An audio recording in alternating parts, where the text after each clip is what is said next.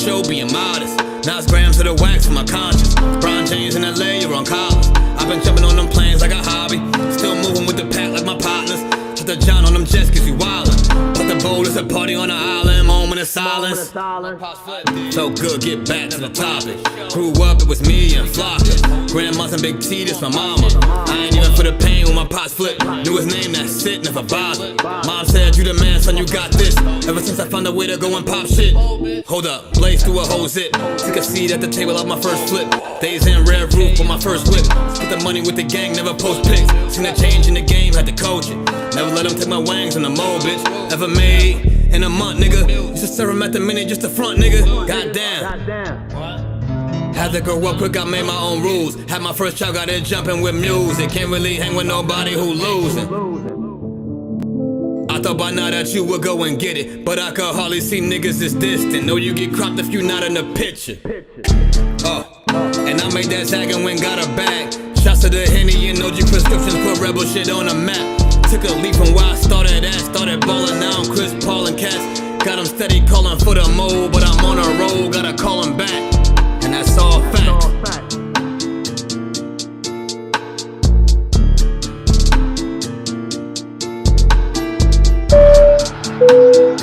Ladies and gentlemen, welcome aboard. All carry-on items should now be stowed securely, either in an overhead bin or under the seat in front of you. All aisles, exits, and bulkhead areas should now be clear. All electronic devices should now be turned off and stowed, as they may interfere with the aircraft's navigational and communication systems. Once airborne, we'll let you know when you may use approved electronic devices, but note that some items may not be used at any time during the flight. You'll find a list of approved devices in the in-flight information section. Welcome everybody to another edition of the Pocket Locker Podcast. I'm your host with the most, all the way from the East Coast, and as always, good people, I am in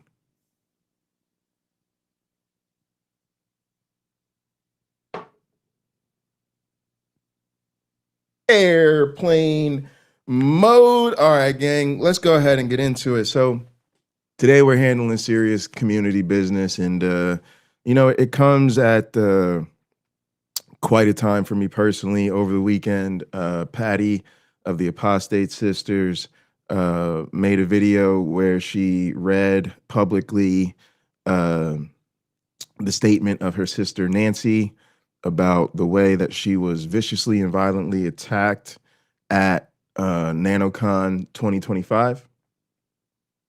And, as serious as all of this is, we just want to, acknowledge Nancy's bravery in really writing out in detail everything that happened, not just with the incident itself, but everything leading up to it, what happened in the immediate aftermath, and what happened in the months following the situation. I highly recommend all of you go watch that video. There's a link in the description. There's also a link in the description to the playlist that we made. I've added Patty's video to the top of that playlist and the stream that we did yesterday, I believe that was, about that incident. And no, we did that on Sunday.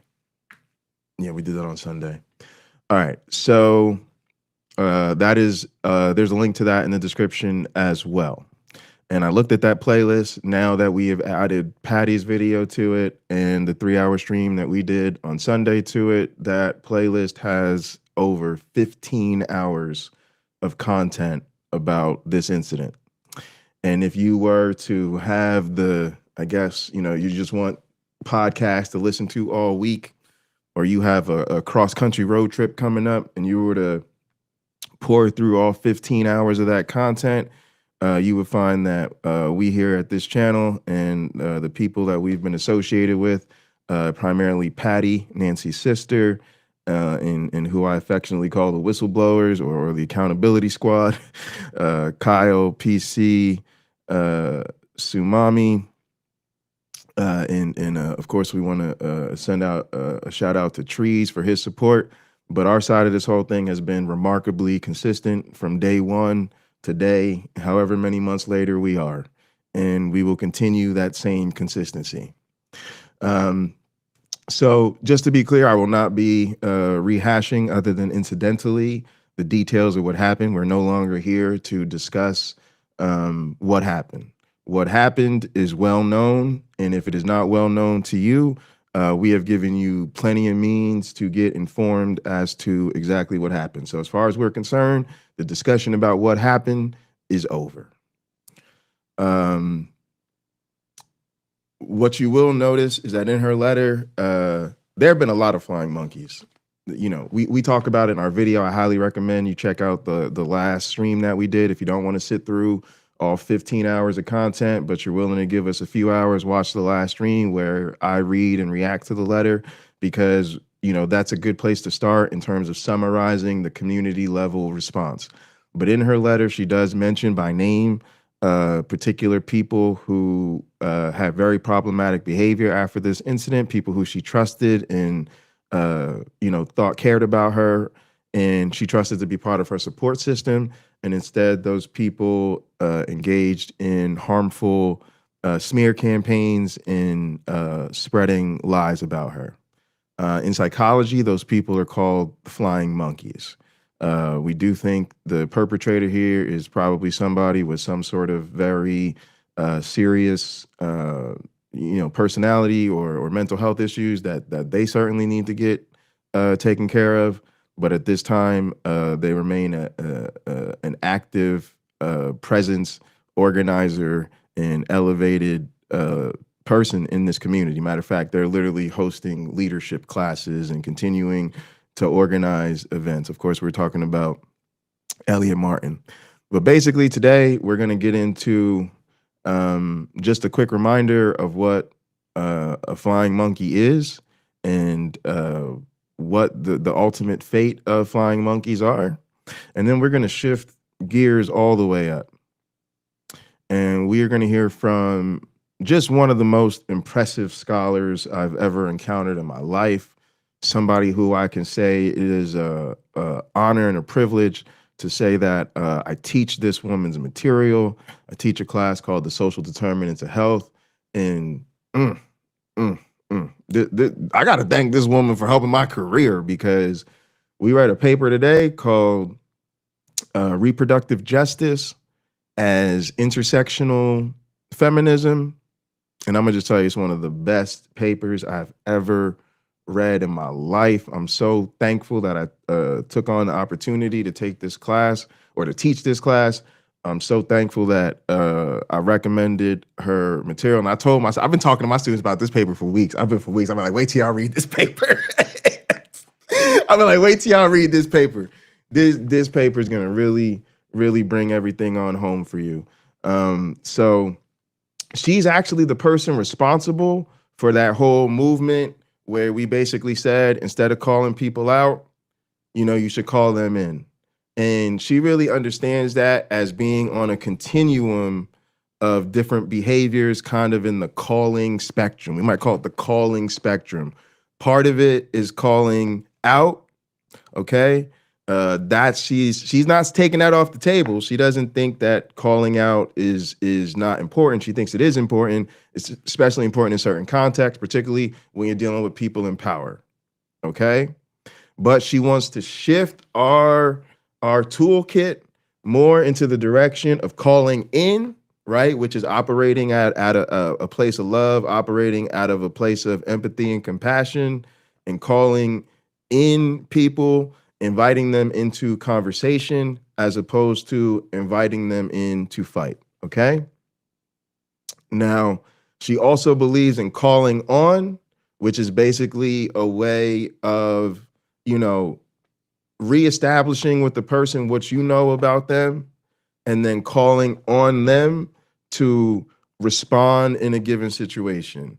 So she sees these as a continuum and a spectrum of tactics. And so, you know, I'm going to let y'all hear from her. We're going to talk about it. We're going to see how it goes. To be honest, earlier in class, I showed her TED Talk, given the seriousness of what we're dealing with in this community. I didn't want to show the TED Talk because TED Talks sometimes can be very, very fickle about copyrights and things like that. So I thought it would be safer to show something else. So I found an interview where she really goes through and talks about calling in, but I'll be reacting to it with you guys. I haven't seen the whole thing. I'm just hoping that it's sort of an adequate summary of the same idea she talked about in her TED Talk. And I know she gives a little bit more of her biographical information in this one as well, which is great because she has an amazing story. We'll see what she touches on. I'll let her speak to that. Yeah, so I'm very excited about this. And the one thing I want to point out to y'all before we get into it is that if you go back and you watch a lot of our content again, there have been times where, of course, we've put a lot of pressure on calling people out, particularly the organizers and the organizations and some of these larger platforms and these more influential content creators. But we have been, from the beginning, very consistently asking people to change course.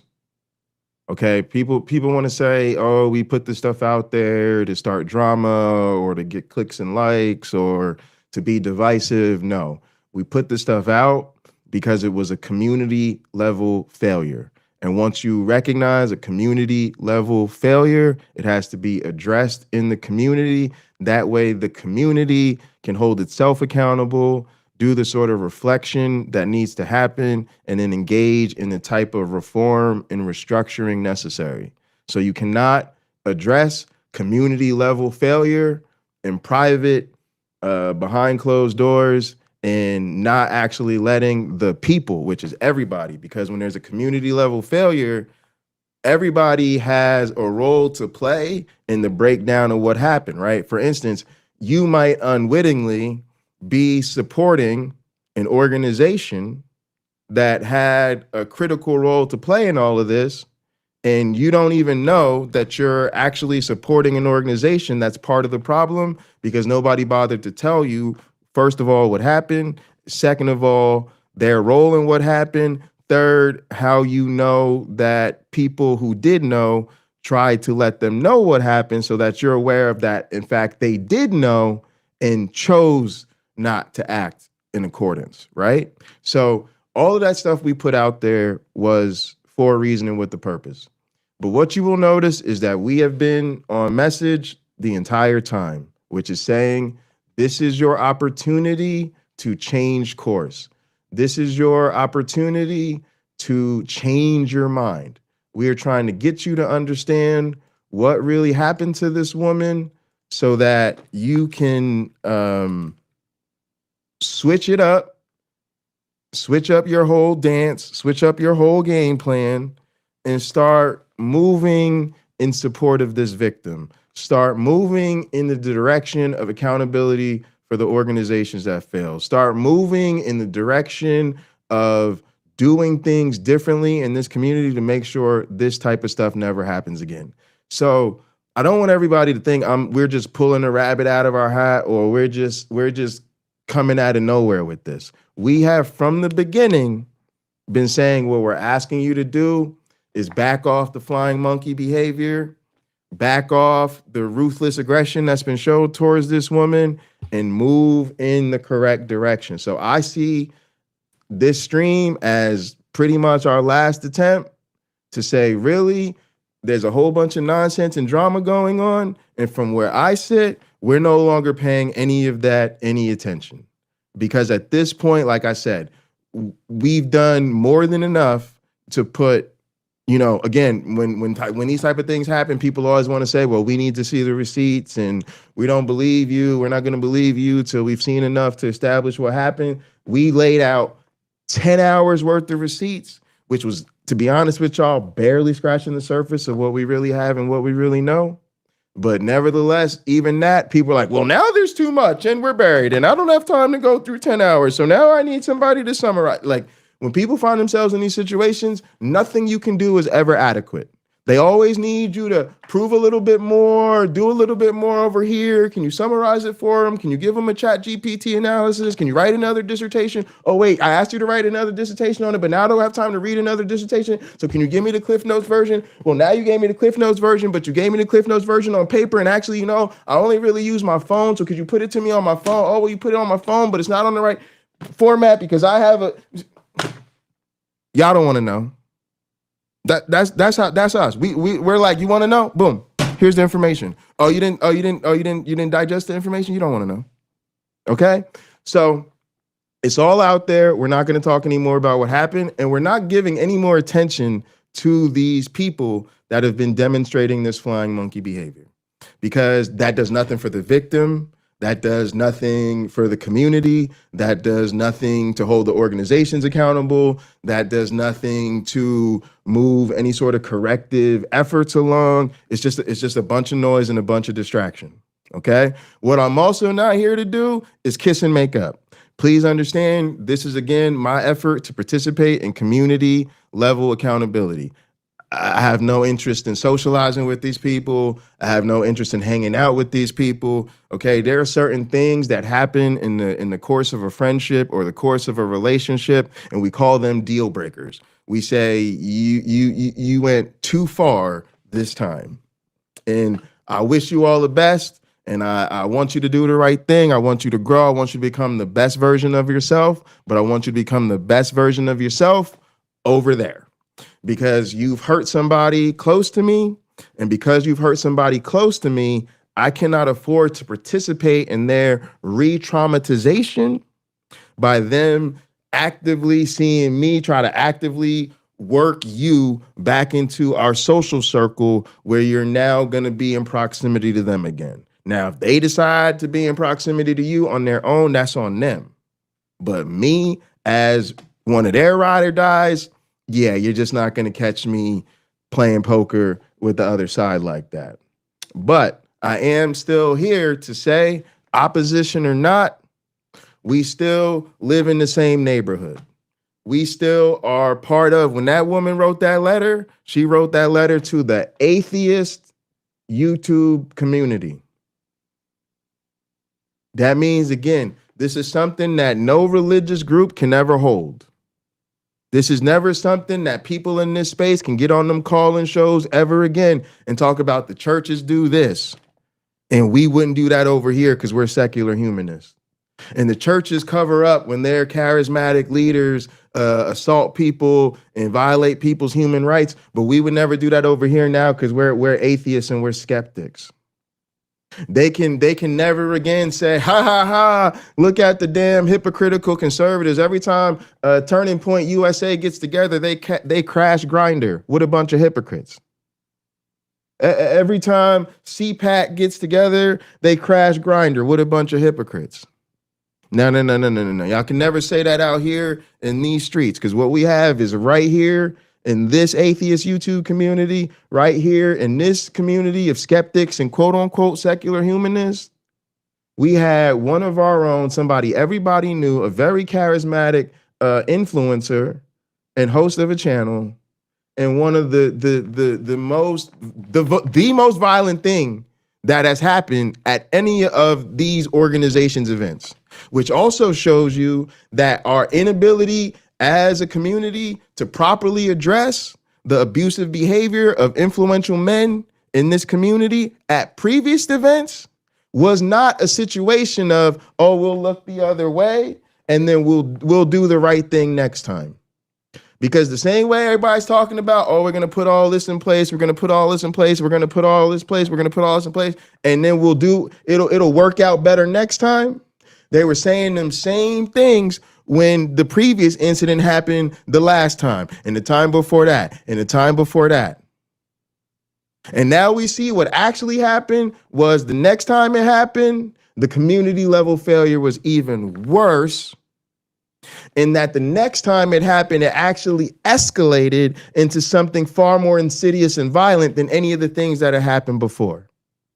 So now this community, the YouTube atheist community, this community of skeptics and secular humanists, now have to own how our unwillingness to really address the ugliness that was already happening at our events, that had already created a pattern in the history of influential men abusing women and harassing women, and basically nothing happening to them because everybody said they're too influential, they're too charismatic, they sell too many tickets, and they get too many views when they're on your channel.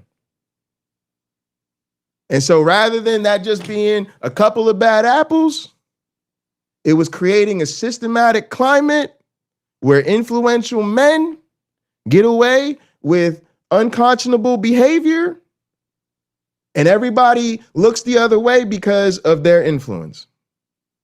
And what it did was, again, it led to greater levels of community failure in a far more insidious and violent incident than anything that had happened before. It is almost like when you leave a wound to fester, it doesn't get cured. All right. So let's go ahead real quick and jump into just a quick little synopsis again of the flying monkey phenomenon and what happens to them. And then we're going to go ahead and get into our feature presentation. Have you ever noticed how a narcissist never fights alone? Instead, they use others, called flying monkeys, to do their dirty work. What are flying monkeys? Flying monkeys are friends, family members, or coworkers the narcissist manipulates into spying, guilt-tripping, or attacking you on their behalf. Why do narcissists use them? To avoid accountability, they get others to confront you so their hands look clean. To maintain control, they keep you trapped by surrounding you with pressure and judgment. To isolate you, if people believe their lies, you're left without support. The psychology behind it. Flying monkeys often don't realize they're being used. The narcissist plays the victim, twisting the story until others feel obligated to help. This makes you look like the problem, while the narcissist hides in the background. Now, I got to be honest with you. Part of this is, again, y'all, we're trying to understand this phenomenon. And it's like, I do think that's what really happened to a lot of these people. I really do. I think a lot of these people got played. And I think a lot of them, listened to their friends and sort of made their minds up based on social reputation and vibes. And they were hearing a certain story from people that they felt close to. Maybe they didn't really know or understand the victim that well. Probably their knowledge of the perpetrator is limited to his public image, which is, of course, a mask. And so, I think a lot of them just bit on the bullshit. Now, the question is, are they going to actually be the type of decent human beings we need to be in community with, who can now realize, they kind of went for the bit, or they let the social pressure get to them, or are they going to continue to double down, right? And again, y'all are going to have to decide what the aftermath of all of that is. But for me, again, the goal today is to say, hey, this is your opportunity for growth. This is a chance for you to realize, okay, this thing actually happened. I'm hearing Nancy's story right now directly from Nancy. So let me just put everything I was saying before, let me just put that aside. Let me just deal with what I'm learning right now, which is that this really happened and something terrible and tragic really happened in this community. Okay, now let me start moving in the right direction and start by being part of the solution and not continue to be part of the problem. Flying monkeys tactics. Relaying guilt-filled messages. They just want closure. Spying on your life and reporting back. Pressuring you to forgive or reconnect. Attacking you online or in person with the narcissist's words. How to protect yourself. Set strong boundaries with mutual connections. Don't defend yourself against lies. Your consistency will reveal the truth. Surround yourself with people who genuinely know your character. Remember, Flying monkeys are just pawns. The real manipulator is the narcissist pulling the strings. And that's another thing that you'll see in all of this, is that in all of this, everything was blamed on the victim. So another thing that the community has to take responsibility for is that the flying monkey tactics worked. The flying monkey tactics, they hands down, they worked. So again, and I'm gonna be honest, I have a lot of compassion for the people in this community, because I hate to say this, a lot of us are just not as sharp of people as we think we are. I'm gonna just keep it a buck. I'm gonna keep it a $1.50 with you tonight, y'all. Something I want people to always think about is something Uncle Bobby always says: when you make a decision, you also choose the 5 minutes after. The reality is, choices and the things that happen in our lives have consequences, right? And many of us were raised in a cult of one form or another, right? And when you're raised in a cult, you're lacking major shit, because there's critical windows of your social development where you're supposed to be learning things like critical thinking, how to question authority, how to set boundaries, emotional intelligence, hopefully in now society, especially getting trauma informed, learning how to get along with people from different backgrounds, learning how to get along with people from different parts of the world, like a lot of shit, right? But you were raised in a cult or a bubble or a very restrictive setting. And so something that a lot of us don't really like to talk about is we're doing a lot of learning and growth as adults that we really should have done as children and teenagers. And so part of what people have to realize is you're still susceptible to groupthink. You're still susceptible to cult mentality. You're still susceptible to being manipulated by narcissists. You're still susceptible to being hoodwinked by a coordinated social effort of bullshit. And to be honest with you, it's one of the best fucking things you can learn is stop. Because if you think about it, it's your own little ego. It's your own little narcissism that makes you think that because you walked away from a cult, which, by the way, took most of us till way too far into our adulthood to do, right? It took us till way too far into our adulthood to realize that all of that was sitting on some bullshit. So you got to kind of start with a certain humility of like, maybe I'm not the sharpest knife in the drawer, because it did take me to be a whole ass grown ass man before I realized Jesus wasn't coming back for me. And now that it took me to be a whole grown ass man before I realized Jesus wasn't coming back for me, I really didn't learn the kind of street savvy and the kind of social skills and the kind of brilliance that I really would have liked to. So maybe I think I'm really sharp over here when it comes to biology or music or engineering or accounting or hairdressing or whatever the fuck it is you think you do. But that don't make you just an all-purpose genius. So part of accountability is assessing vulnerabilities, right? Imagine working at a place of business and coming in one day and figuring out your place of business just got robbed, and yeah, it's just going to be tough to see if this company can even keep on going. Now imagine that company trying to tell you everything's okay, and everything is fine. Don't worry, feel safe at work now. And then you're like, well, how did we get robbed? And you're like, well, what did these people actually do in here? And they're being like, well, we have no idea. We have no idea. Just trust us that we've got it all under control and we're so smart and intelligent, it's never going to happen again. You'll be like, but you don't even know how this happened. And you don't even know what, right? So we got to wake the fuck up, y'all. If you really want the community to be safer, it starts with the humility it takes to admit that we're currently unfucking safe. So you have to start with the humility to admit we're not fucking safe right now. And then you have to ask yourself, how did we become this unsafe? So that's where you have to start with, what are our initial vulnerabilities? How did these people break in here to begin with? Well, part of our vulnerabilities were many of us are coming out of cults as adulthood. So there's major shit in terms of our emotional intelligence, being trauma informed, our social skills, our development, all of that, that's way off. So instead of crowning ourselves the fucking McGenius Club, oh my God, I left the cult in my 30s. I'm fucking brilliant. And I don't need no stinking babysitter at a conference. I can organize a conference. What about leaving the cult in your goddamn 30s makes you think you should be over here organizing conferences? Right?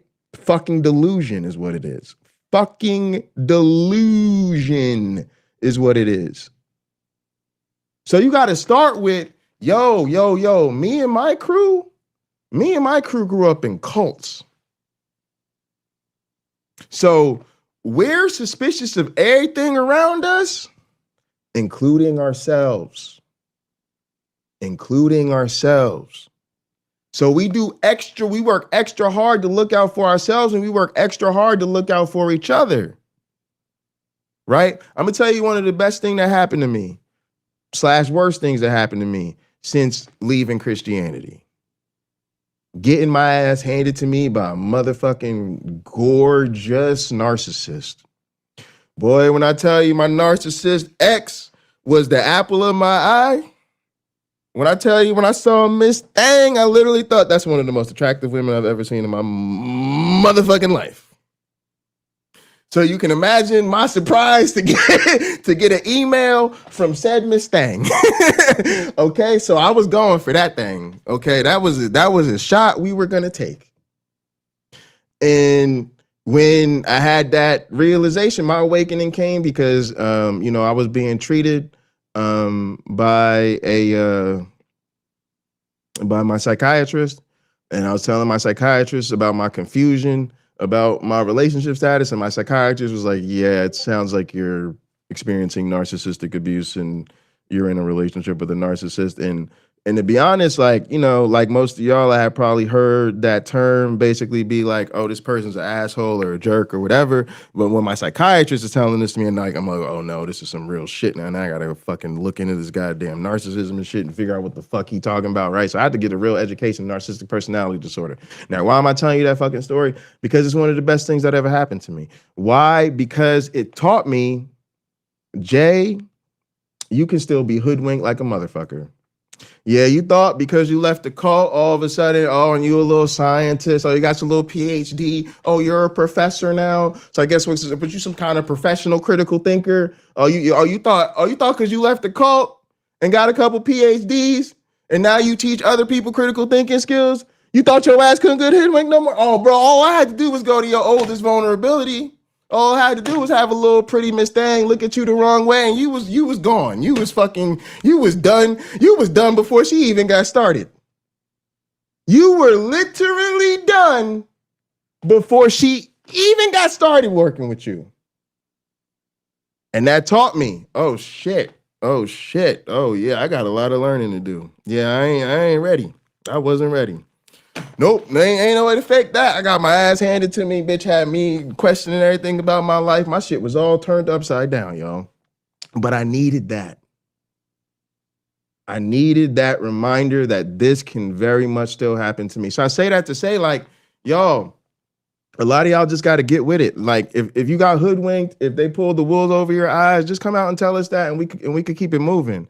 But the community overall has to also take responsibility for the fact that this shit happened and the flying monkey tactics worked. We have a community level vulnerability such that when these people use those tactics to smear campaign that woman and make nobody believe her, that shit worked.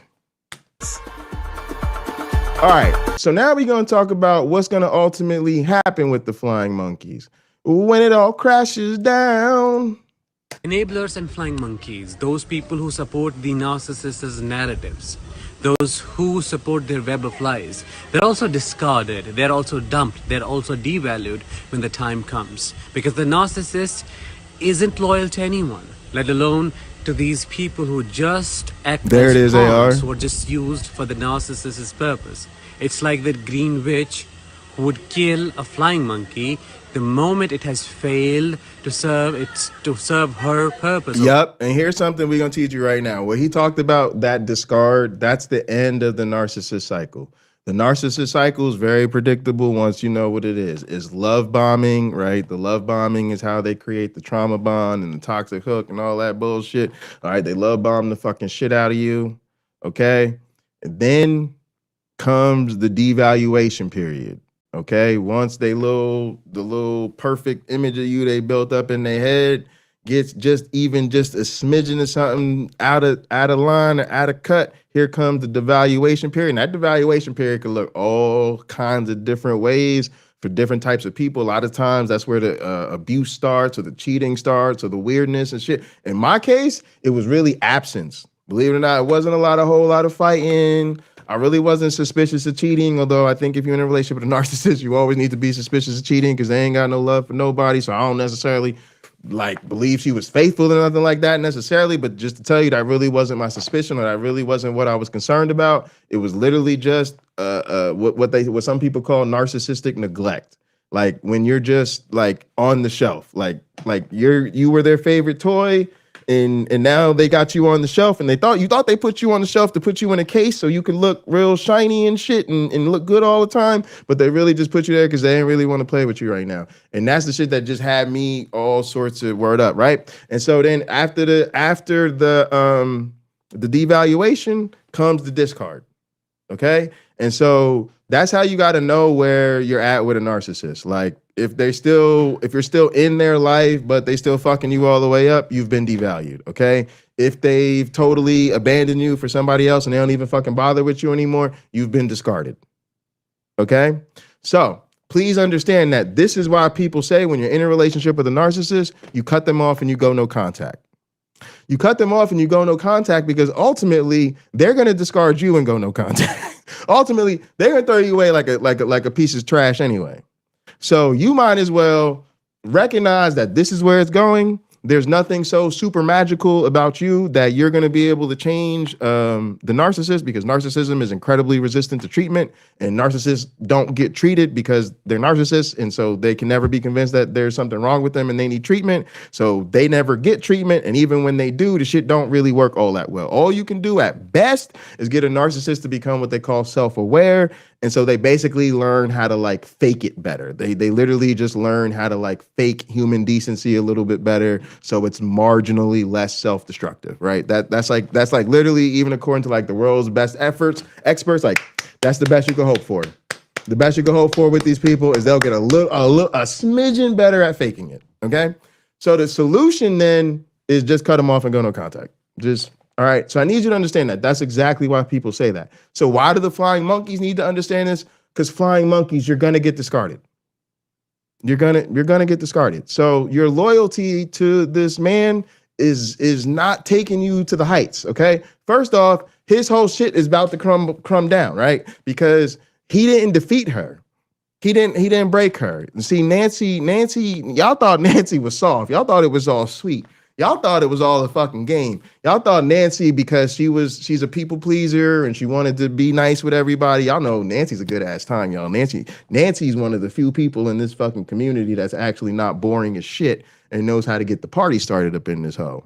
But y'all thought the game was all sweet, but Nancy got military in her. Nancy got lots of real experience doing very, very hard things. Nancy's very educated. Nancy's very resilient.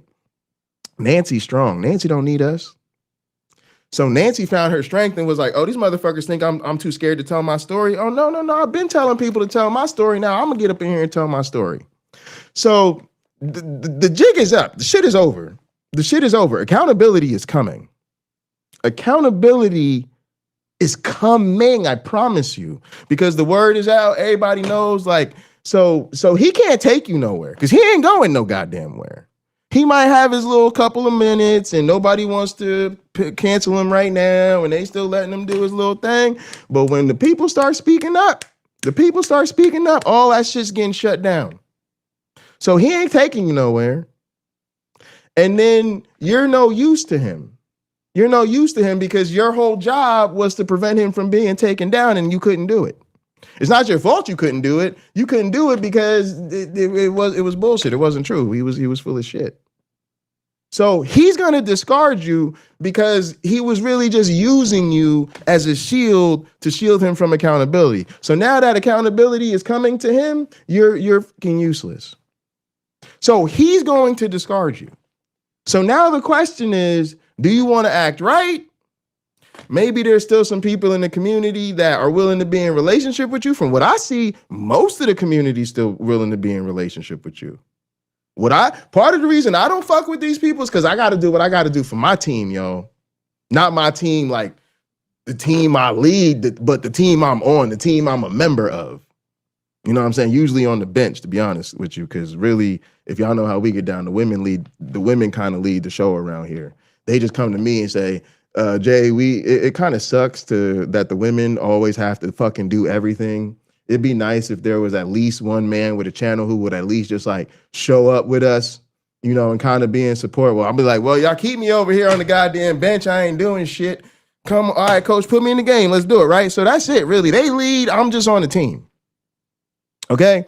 But what I will tell you is all our team got canceled. Our whole team got canceled. Our head coach got canceled. Our general manager got canceled. They canceled. They said we can't build a new arena. Everybody started burning our jerseys. Like all our whole team. Even Patty. You know, Patty the superstar. Patty like the fucking LeBron James GOAT. She done scored all the points. She done had all the records from the rooter to the tutor. You know, Patty was the only person just putting out banger videos at the banger video. Everybody love Patty. Nah, they fucking canceled Patty too, y'all. We was like, God damn, they just canceled Michael Jordan. You know, the rest of us ain't shit to these people. So since my whole team got canceled and deplatformed and ostracized, I gotta just rock with them because we ain't really got shit left but each other. To keep it all the way real with you, we just really don't have shit left but each other. That's just facts. But from what I can see, the Flying Monkeys is still on everybody's channel. They're getting all the speaking engagement. Everybody wants them to be on the safety team. Everybody wants them to be on the board. They're the featured speakers. They're everybody's favorite morning hangout, everybody's favorite weekend hangout, everybody's favorite late night hangout. So apparently, most of the community is still willing to be in relationship with these people. So now the question is, are you going to just recognize what happened, recognize you were wrong? Holy shit. You know, you could always utter the words, I'm sorry. I know people just be acting like that's asking them to fucking win an Olympic gold medal or something. Or like we just asked you to run a 2-minute mile. Like we just asked you to do some impossible shit that is not even sure if humans are physically capable of such feats and accomplishments. Like, no, we just, you know, like we could just start with, I don't know, I'm sorry. 2 words. I'm sorry. 3 if you want to, you know, be technical about it. I'm sorry. We could just start there. Right. And then you could, you know, with the people that you still in community with, figure out how you could help. So you could go, I'm sorry. That could be step 1. And then you could be like, how can I help? That would be step 2.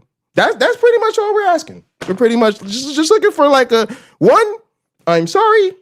2, how can I help? What she wanted this flying monkey to do.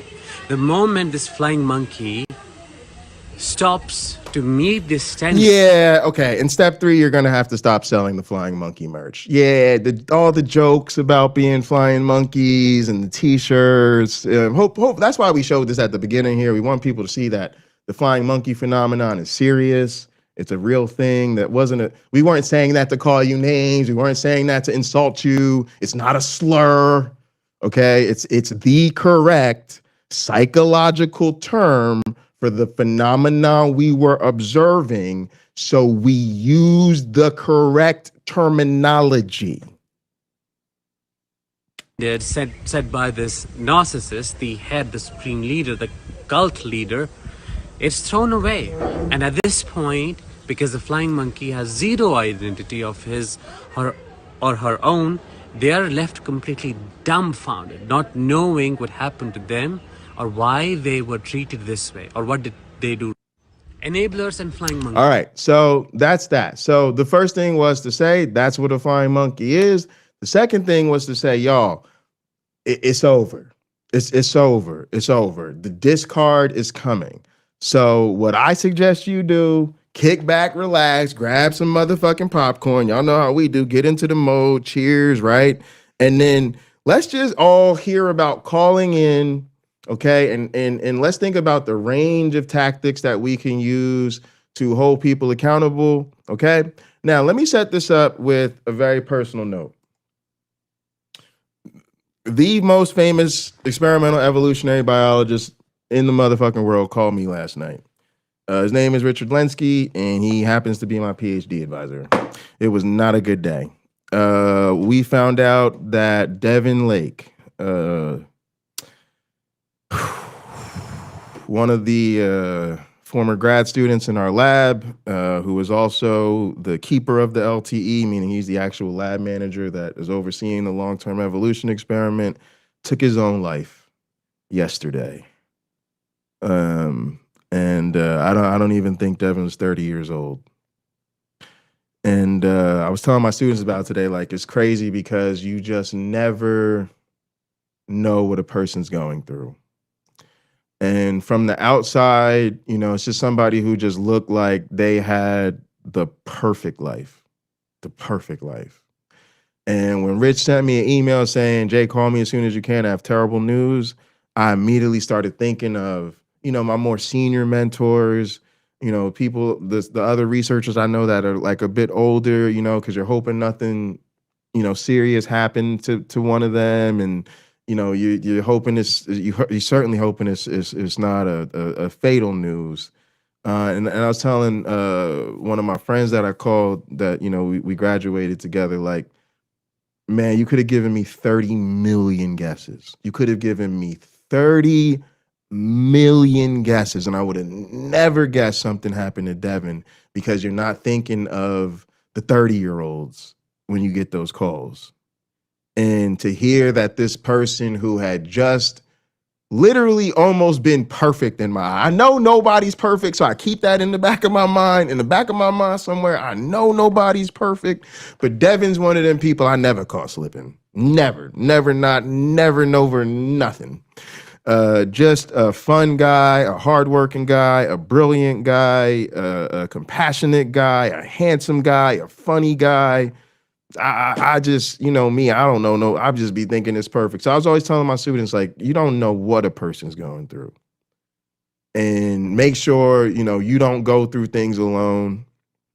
And make sure you understand that you're not going through life alone, and make sure you don't go through things in life alone. We gotta all be a little bit more willing to pick up that phone, call somebody, and let somebody know we need some help.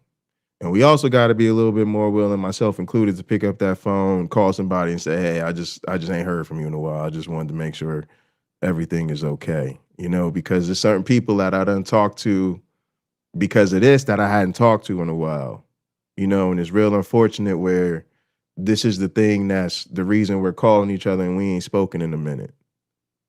So, you know, we had to deal with that. And I'm going to tell y'all what I did. I'm going to tell you just like I told my students.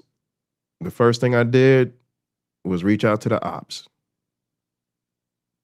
First thing I did was reach out to the ops. The first thing I did was reach out to Bree, because people have been telling me they've been concerned about her. And I let her know, Bree, we don't see eye to eye on things, but I don't ever want to see nothing harmful happen to you. And if you ever need somebody to really, really talk to, I'm here. And that's how I feel about all of it. I told y'all on the stream, I don't want to be friends with none of these people. I don't want to be friends with none of these people. But I also don't want to see anything happen to any of these people. I also don't want to see any harm come to any of these people. I want these people to grow. I believe these were Nancy's friends. I believe their growth, their apology, their trying to make amends can make a difference for this woman. It can make her feel better. It can make her feel seen. It can help her heal, and it can help them heal.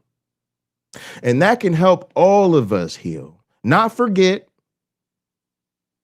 not lose sight of the mission, not forget to keep our foot on the gas pedal, because organizations and people in power need to be held accountable. Remember what happens when the organizations and the people in power aren't held accountable. They're not going to do better next time. Next time's going to be worse. But I don't want anything to happen to these people, and I want us all to find a way to move forward peacefully. And I wanted to tell y'all that story because when I say we're trying to say, let's lay down your arms, let's do this together, let's grow. I'm not fucking around. I just lost somebody. Who was going through something that they didn't think they could get through. And now they done made a decision that none of us can ever undo. And the incredibly bright, shining future that Devin had, which I certainly thought Devin was going to do way far and beyond anything I hope to do in my academic career. That's for sure. Just keeping it real with you. To now know that he will never see and reach that potential. So this is serious shit. And yeah, let's go ahead and get into it. It's time for me to let the star of the show up in here. Well, while the U.S. is stoking division on the world stage, an atmosphere of hostility is also being felt within the country, from federal agency shutdowns and layoffs to the slew of polarizing executive orders. Many Americans feel at the mercy of the new Trump leadership. So how can we foster productive dialogue at this time? A longtime human rights activist and co-founder of the Reproductive Justice Framework, author Loretta Ross provides some answers in her new book, Calling In. And she joins Michelle Martin to discuss. Thanks, Bianna. Professor Loretta Ross, thank you so much for talking with us once again. Thanks for having me on your show. You are a very well-known human rights activist. You've been doing this work for, some 4 decades now. But I just want to read how you start your latest book. It's called Calling In. And you say, I am a reformed call-out queen. I've furiously called out enemies. I've righteously called out friends.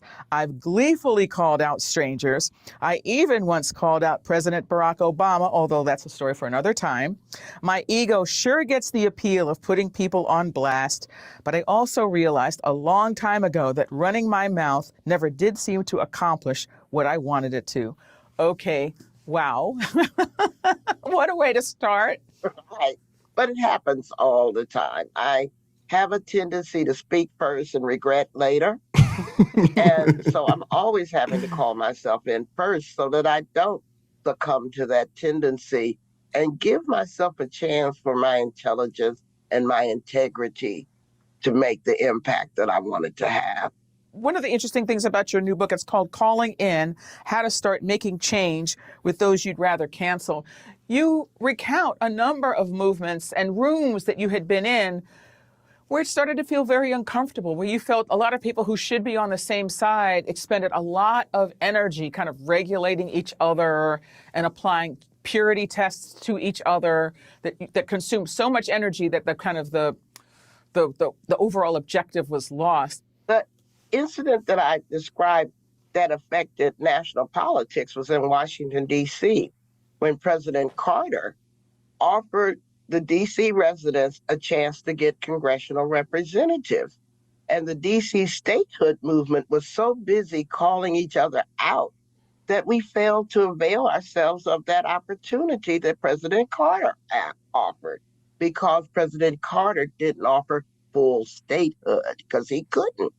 And so do you know how national politics... Appreciate you, Kyle and Andrew. Shameless plug. Yeah, I think there is a link for our Discord in the chat. And, definitely that's a good way to get in touch, at least with this community, because we do try to be in each other's lives when we're not live. So, yeah, don't hesitate to join. And that's a good way to get in touch with me personally if you want to. Also, pocketlocker86@gmail. You can always email me if you would like to talk to me privately. Could have changed if D.C. had a chance to send 2 representatives to Congress. The whole balance of politics could have changed. but we sabotaged ourselves with the call-out culture in the 1970s. So that was a significant moment for me because the moment was quickly lost when in 1980 Ronald Reagan was elected and there was no chance of getting congressional voting representatives in Congress after that. Hasn't been a chance since then. You've been teaching a class at Smith for a number of years, which is one of the reasons I think you came to public attention. You've elucidated these principles and you've seen them sort of in practice. How did this course come about? How did the idea for this course come about? All right, before I let her answer that question, PC said, I put my defense walls up because the lies that were told about me, which meant that I wasn't fully reachable. I recognize that, and I'm willing to tear down my walls for reconciliation. That's huge, PC. That's my best friend right there. PC is certainly one of the best of us, because I don't even know if I'm there, PC. I really don't. I don't know, but I really appreciate you saying that. I really, really do. And I saw the lies that were told about you. There's a lot of lies told about me, but there was even more lies told about you, and it hurts when the people telling lies about you are your friends. But that's what empathy really requires of us. I talk about this, like, I know there's a lot of people that hate me, and I try, even if I know somebody is dangerous to me, I try to remind myself that if I were in their shoes, born into the circumstances that they were born into, raised the way they were raised, with the perspective and life experience that they had, maybe I would want to kill me too. And I mourn more for the world that put us in this situation where I feel like they hate me so much that they might want to kill me. But I try to remember that empathy even as I go, well, I still got to protect myself from this person. I've still got to oppose their interests. I still have to resist them because what they're trying to do is no good for me. But hopefully I can protect myself without dehumanizing them in the process. And again, I'm like her. I definitely don't always meet that bar. And quite frankly, sometimes I'm not even trying because to be honest with you, I like popping off. I like talking shit. I like calling people out. That's just the pro wrestler energy that lives in my heart. But there's still that empathy, that compassion, and that recognition. Appreciate you, PC. We love you around here.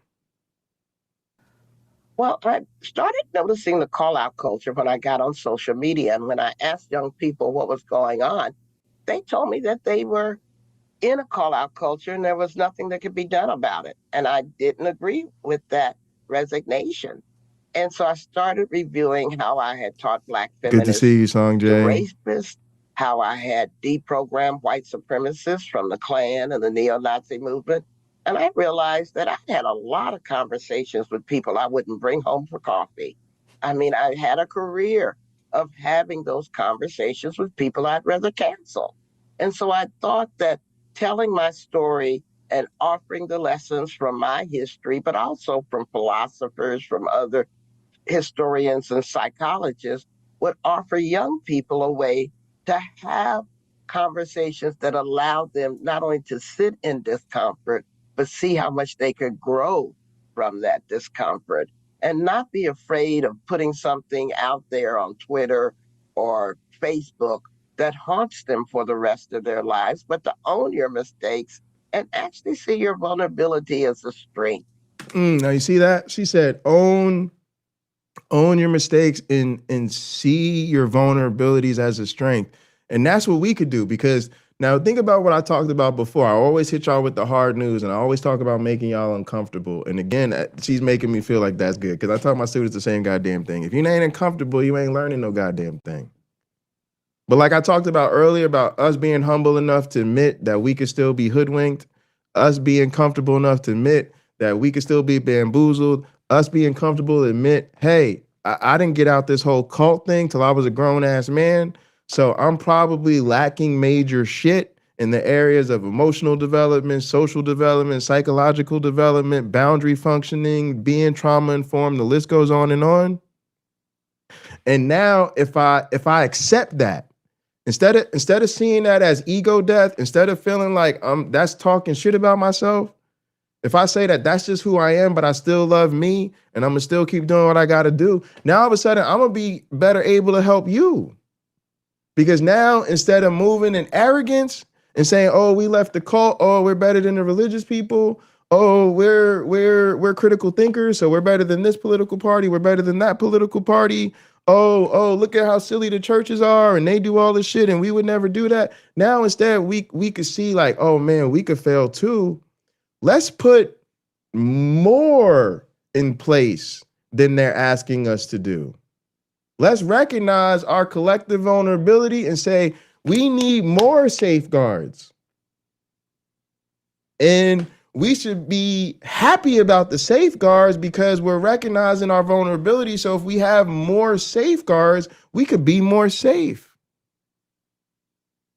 If we recognize we can still be hoodwinked, we'll talk to our friends more and say, hey, look, this is the new situation I'm in. Let me tell you more about it. When I look back at my narcissistic relationship, sure, I let my friends, in on the fact that there was a new lady in my life, but I really didn't get into the details of what our conversations were like or what our relationship was or what things were going down on a day-to-day basis.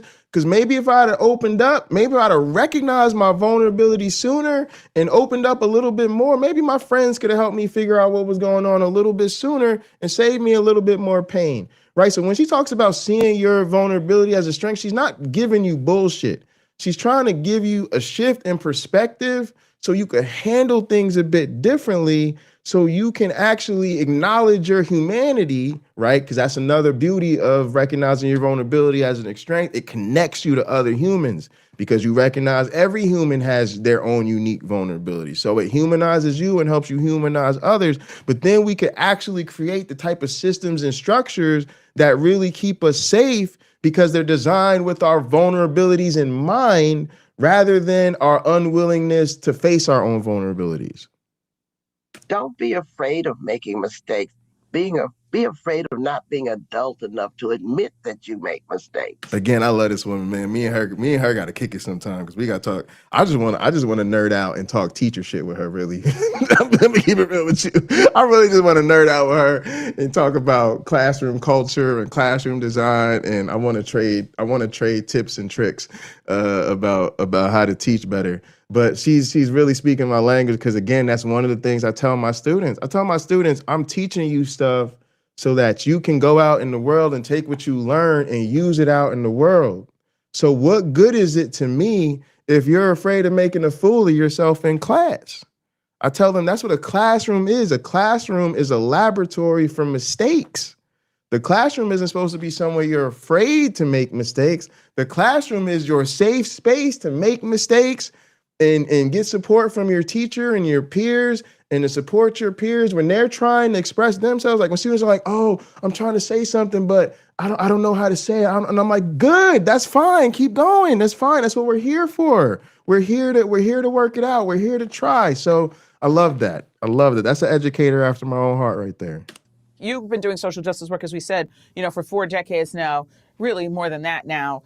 And social media was not a factor when you first got started. But how big of a factor do you think social media is in contributing to a call-out culture, what some people call a cancel culture? Well, I don't know if I want to blame social media for it because the original definition of a call-out killed Alexander Hamilton in a duel. That's the call-out. You call somebody, you publicly shame them, and you give them severe consequences for something you think they've done wrong. And I remember how enraptured my mother's generation. My mother was born in 1922 by soap operas. And so many housewives and women, and probably men too, were so caught up in those soap opera parasocial dramas that they neglected their families for them. So we just have better toys for those same old human emotions of regret, shame, blaming, anger, fear of dealing with our emotions. And so I don't know if I want to blame the toys, but our lack of healing as a society, our lack of having adequate healing for people's trauma. Because every addiction, whether it's social media, drugs, cigarettes, or whatever, is born out of that trauma and those unhealed emotions. That's what we should focus on, in my opinion, rather than think that we can police social media to keep us from ourselves. Yeah, but that's what she's saying. She's saying that call out culture just has a much longer history. But yeah, he'll call out for the squabble. And that's all it really is. It's just that now with social media, it's a lot easier for people to do that because they know that the squabbling will never go beyond, or at least they believe the squabbling will never go beyond words on the internet. So it's like everybody's willing to square up. You know, now that squaring up ain't really nothing but typing on your damn keyboard, if you're even doing that. Most people scrolling on their phone, typing on their thumbs. They ain't even have to get out the motherfucking bed and even go into the damn computer room or crack open a laptop. You know, they just wake up and get into it with your thumbs. At the very beginning of the book, you talk about this extremely powerful and I have to say challenging experience. You are a survivor of rape. You are a survivor of incest. You've always been very sort of open about that. You were working at a rape crisis center, but you were approached by an incarcerated rapist, a man who acknowledged raping both women on the outside and men on the inside. And you got a letter from him where he asked you to help. Could you talk about that and just kind of all that flowed from that? And I start there, not just because you started there, but because I feel like, you know, if there's anybody who you might want to not engage with, it would be that person. Oh, I wanted to engage with them. I wanted to cuss them out because I could never hold my violators accountable. So I wanted to go to that prison and tell that guy, how dare you ask us for help? And if you're having a miserable life, it's all your fault. But when I went there and those prisoners started sharing the stories of what had happened to them and how they had been turned from victims into violators, I couldn't maintain that rage at them anymore. We were fellow survivors. What did she recognize? She recognized his humanity. She recognized hurt people hurt people. She recognized what Uncle Bobby says. Everybody knows a rape survivor, but nobody knows a rapist. And she said, here's a man so convicted about what he's done to others that, again, she recognized him trying to grow. So as angry as she was, as much as her whole life is motivated by the pain and misery that type of violence caused her, this was something so powerful for my students to hear about today too, because like I said, we just read her huge paper about reproductive justice as intersectional feminism. And so they were basically able to, because I played videos, and like normally in this class, a lot of times we just talk about the papers, but today I was like, nah, I really want y'all to meet this woman. I really want to treat her like she's a guest lecturer. And I just want y'all to learn about her and hear from her, right? And so they loved it because they were able to see how everything she talked about in the paper that they just read. And she's like she's got like the MacArthur Genius Award. Like she has literally accomplished things in life that like no scholar ever even dreams of accomplishing. Like she's literally that chick. Like she's that woman. Like she really came up with like the powerful modern theory of reproductive justice, and she put it in the framework of intersectional feminism, and literally like a celebration of universal theory that uplifts the entire human fucking race, but also centers the marginalized lives of Black women. Just this is an unbelievably powerful and successful scholar, and my students were able to make the direct connection between her lived very real trauma in the actual theory that she created as her contribution to humanity. So they were able to see how she took her pain and misery and converted it into knowledge and theory that is now actively making the world a better place. And then turned around again, double back, spun the block. Spun the block, as we would say in the hood. She spun the block and said, I got to even help y'all practice this. I got to even help y'all see how to put this in action. Y'all taking a lot of what I taught you over here in my theory, but you're calling people out and you're canceling everybody and you're causing all this division, and we can do better. Calling out is appropriate for certain times, particularly when marginalized people are dealing with people in power who are ignoring them. Then yeah, sometimes you got to call people out and you got to go for that direct kind of accountability. But a lot of times when we're talking about the people in our lives or people we don't even know, it's better to try this other part of the spectrum, right? I told you, these are all part of the spectrum. There's calling out, there's calling in, there's calling on. And she wants people to focus more on calling in and calling on. So she spun the block and then wrote a whole book and started a whole nother movement about how to do all the things she learned about better. So that's why I told you I wanted y'all to hear from her herself, because this is an incredibly powerful scholar with an incredibly powerful story. But you see here how she recognized, like I said to y'all before, even our enemies, even or our perceived enemies, even the ops, right? Even the people who would do harm to us or people who have previously been a danger to us, we can still humanize them. And when we humanize them, they can grow and we can grow too.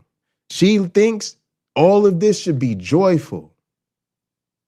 Now, that was hard for me to hear, because when I think about what happened to Nancy, again, give me 30 million opportunities to describe this situation, and joy will never be on the list. But when I heard her really say it, it made me shift my focus to say, that's not her saying being joyful about what happened. That's not her saying smile and laugh in this woman's face about her pain.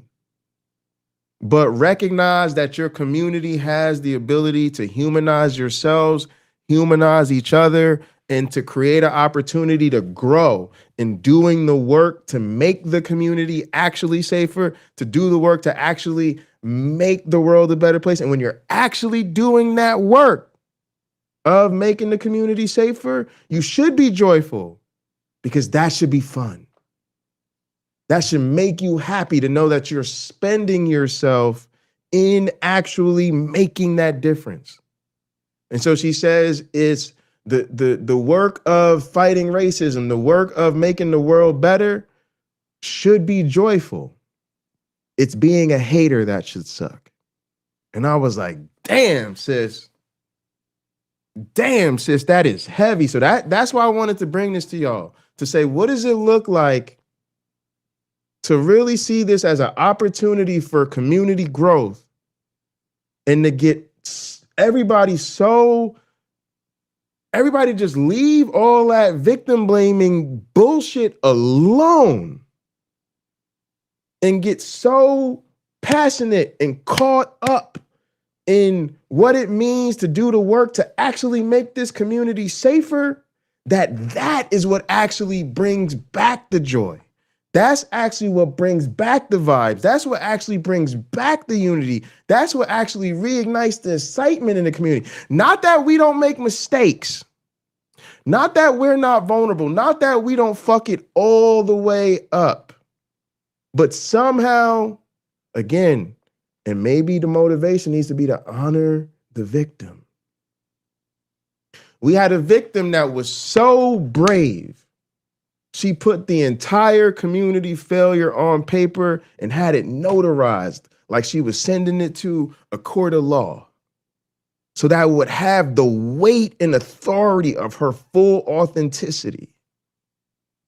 So then we take that and we honor it and we say, Nancy, we're going to do this work to make this space safer.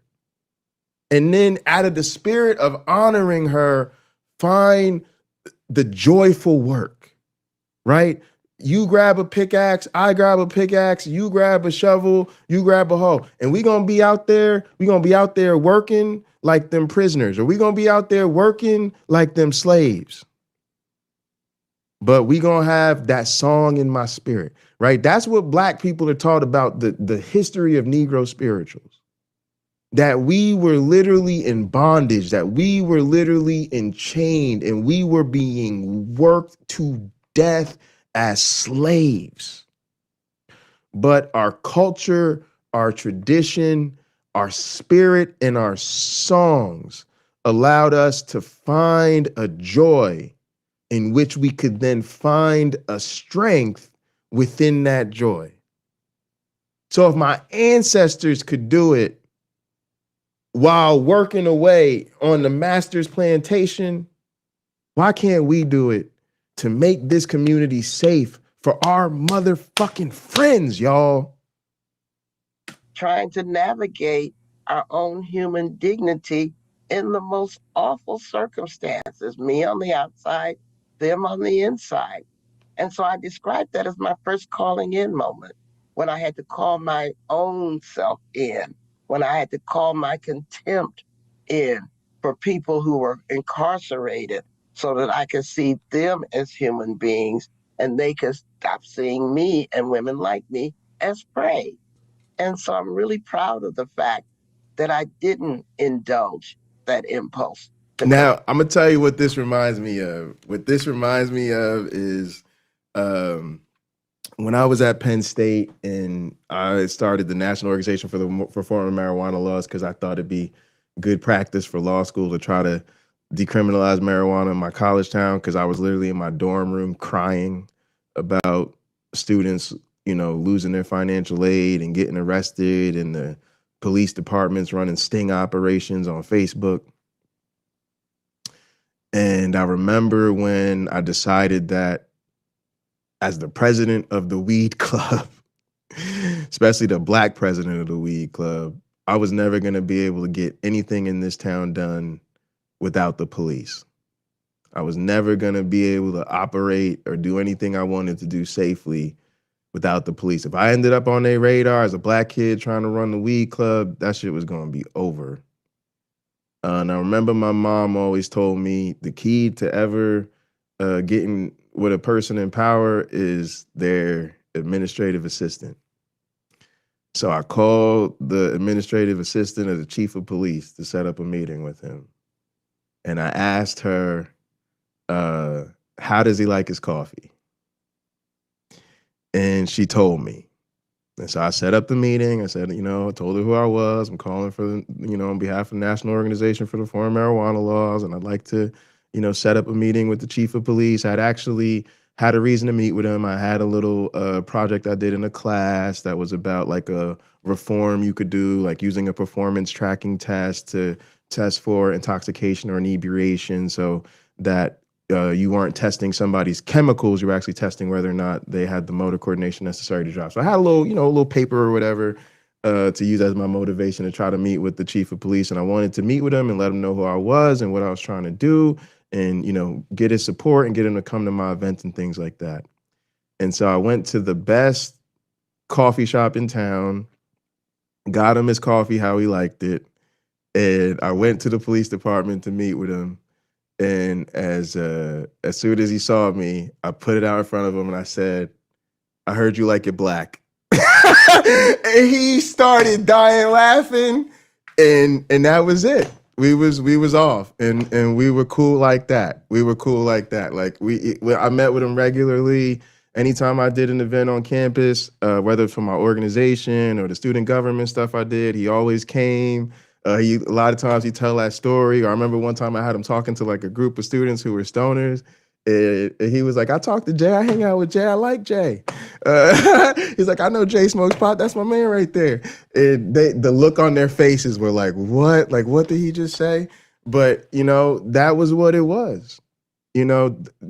I realized that I couldn't do what I needed to do without him. And I felt like when I met him, he was happy to meet me. He was happy to see that somebody that was doing what I was doing wasn't going to try to make him the enemy and wasn't going to try to make him the bad guy. At the end of the day, he was just doing a job. And I realized pretty quickly, I don't think he necessarily thought all that much of, arresting students for smoking weed. I think he was definitely, I learned, he hooked me up. He hooked me up. He answered all my questions.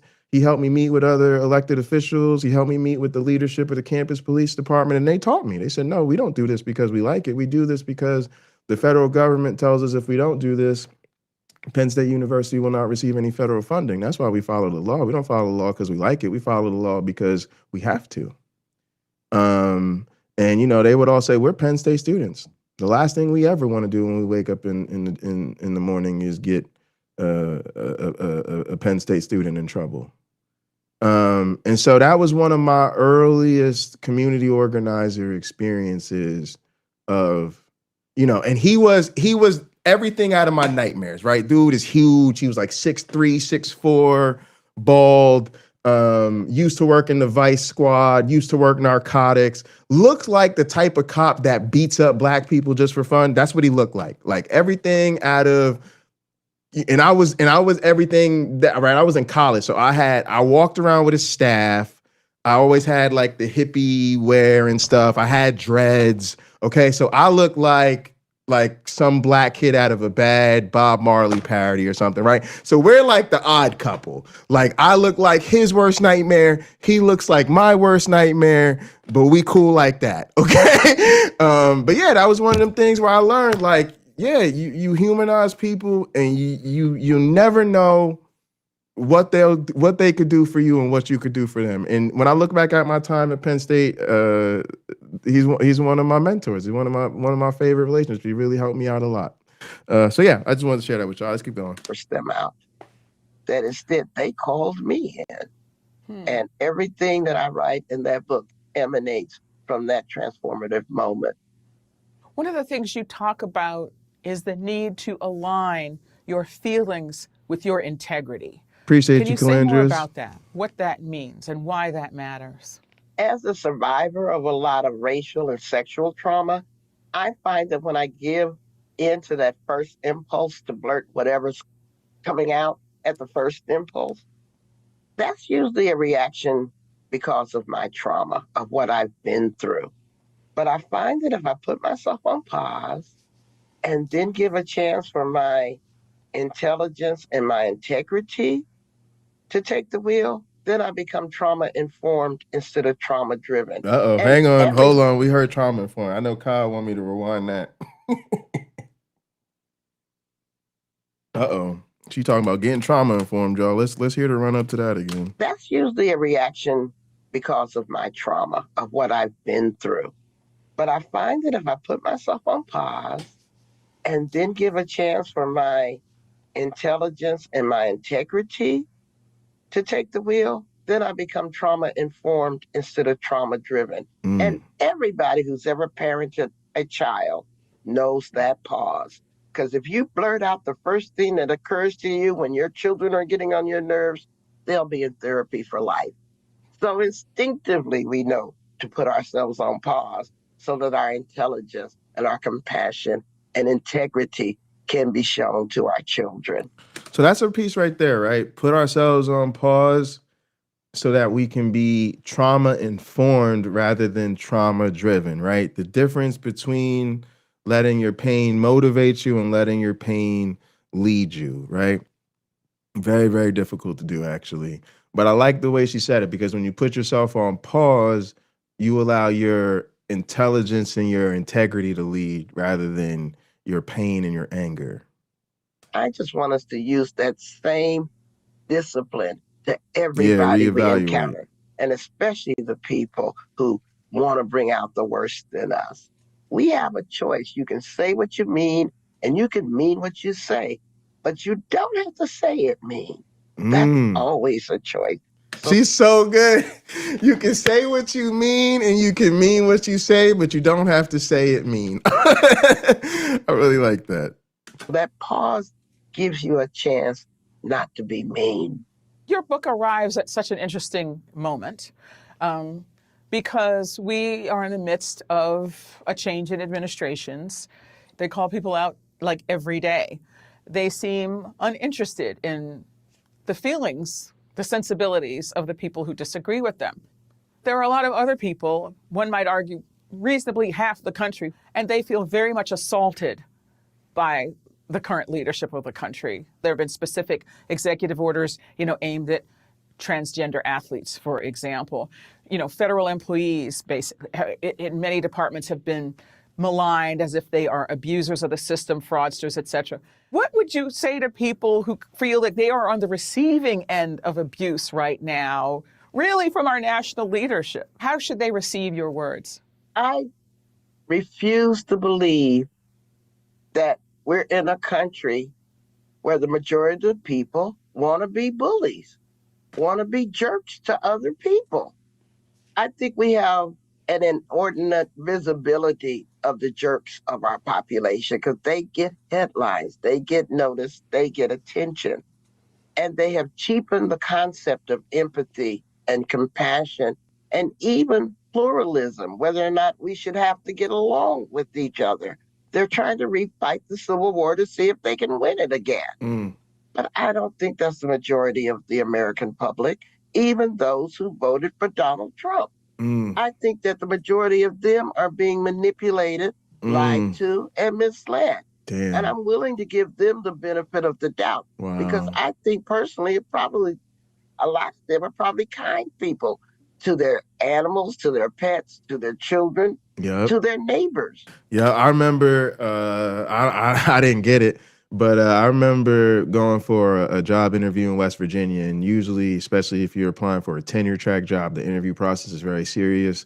You know, you have to do a couple rounds of interviews before they bring you there, and then they fly you out, and you're there usually for a couple days because you've got usually a whole day worth of interviews, and you do a bunch of presentations, and you go to lunch with people, you go to dinner. It's like a whole audition. It's like they literally make you teach a class. Like I literally taught a whole class. Like they make you do a teaching demonstration. So you have to prepare a whole class, then you do another talk about your research, then you have all the meetings, and you meet all the administrators. Like it's a whole thing. And I remember just loving it there. Just loving it there. First off, as an evolutionary biologist, I always want to go somewhere my skills are needed. You know, do I love teaching, you know, like in the state of New York or somewhere a little bit more liberal, and, you know, most of your students accept evolution, and, you know, you're not going to get any trouble for teaching evolution. Like that's cool and it's nice in its own regard, but you know, there's something really to going into a community where a lot of people really do struggle with evolution, or they do struggle with science education. So for instance, that community had a lot of homeschool students, very, very, very conservative. And so, you know, you are deep in MAGA country. That just is what it is. And you are that pepper flake in a cereal bowl. Even though that institution actually had a black president. I think that's one of the reasons I was like, damn, I'm getting to meet the president of the university on a job interview, and then he was black, and I was like, oh, maybe that's why they wanted me to meet him. They wanted me to see they got some color up in here. But man, when I tell you, people were just as kind and as warm, and, you know, tell you your whole life story and treat you like family and look out for you and everything like that. It was just, you know, I was comfortable. I was like, I would love it here. I would love it here. I could live here. I could work here. The students were great. And so she's right. You know, again, I grew up in the Poconos, being, again, the only black kid in all white schools. And yeah, I dealt with some racism. I dealt with a ton of racism my whole life, and, you know, threats of violence, if not, you know, damn near having to fight people off, whether that was classmates and peers, whether that was older brothers, whether that was dads. You know, it's amazing looking back at my life how many grown ass men threatened me with lethal violence as a child. It's amazing. Imagine threatening a child's life because your child has a crush on that child. That's my reality experience. If a white girl had a crush on me, there's a really good chance her older brother is going to be like, my dad wanted me to let you know he has a gun. Like straight up, y'all. But all my best friends were white. The loves of my life were mostly white. My band instructor was white. My private drum instructor was an older white lady. That's I tell people all the time. I'm black, but I learned how to swing from an old white lady. I don't know what you're talking about. The drummer that taught me how to play live shows was a drummer in country bands, right? So I can't even begin to talk to you about the hate without also talking to you about all the love, right? And boy, did they ever treat me like I was somebody. And even when I didn't see myself as a scholar, my friends, my peers, my teachers always let me know I was going places.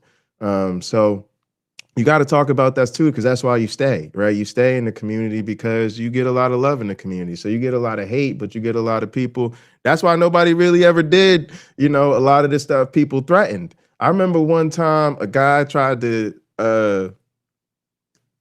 jump me in the bathroom, basically. It was one of the older brothers that, I was involved with his sister. And he brought in a bunch of his classmates. They were in the class above me. And, like they was really going to corner me and beat me up in the bathroom. And I remember looking at these boys and being like, bro, I don't know what the fuck you thought was about to happen, but you over here, me and you played basketball in middle school. So we was in the backcourt together. He ain't about to lay a hand on me. You used to spend the night at my house. You actually slept in my bed, and I was sleeping in a sleeping bag on the floor so you could sleep in my bed.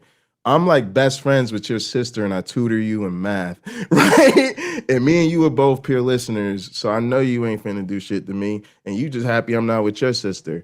So then I looked at him like, how you really want to do this? They was out of that bathroom 30 seconds later, right? Because as much hate as he wanted to bring, and he was a very popular, very influential boy, and all the girls liked him, and all the boys used to do all his bidding, and he gassed them all up like they was really getting in there to do something to me. As soon as I looked them all in the face and just told them, reminded them of my history and relationship with each of them, he realized his crew was low-key my crew. So that's what happens when you're in community with people. There's a certain degree of safety you have, even embedding yourself in a community where the demographics are not ideal. You're still gonna feel the love and the support, and the overall humanity of people is gonna win out. After all, I always tell people, being ruthless, being aggressive, fighting is not what makes us uniquely human.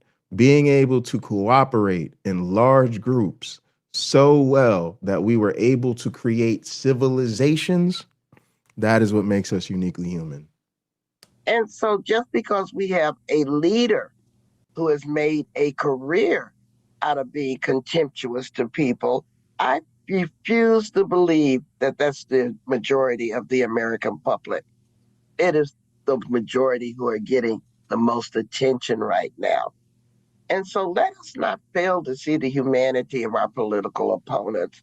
Let's try to do a more sophisticated analysis of what's going on and not assume that just because someone doesn't agree with you or even votes for the other side, that makes them your enemy. Well, I get the feeling that your book is aimed mainly at progressives, because there's a kind of a dialogue now that looks at the current political environment and it says that actually this is liberals' fault because they took cancel culture too far, and this is what they invited on them. This is kind of the backlash to that. What are your thoughts about that? I'm not aware of any liberals that have banned books from libraries, fired people for trying to teach the reality of our history, or demanded that people from their own party be kicked out because they didn't support the Trump cult. I actually do see a lot of that power being misused on the right than the left. And see, there you go too. Of course, people in the media always want to play these fucked up ass games, but you see a principled scholar right there who's not taking the bait. See, she's trying to tell y'all, nothing about my peace, nothing about me trying to handle my business and go about it, again, leading from my integrity and my intelligence, means I'm going to sacrifice my moral clarity.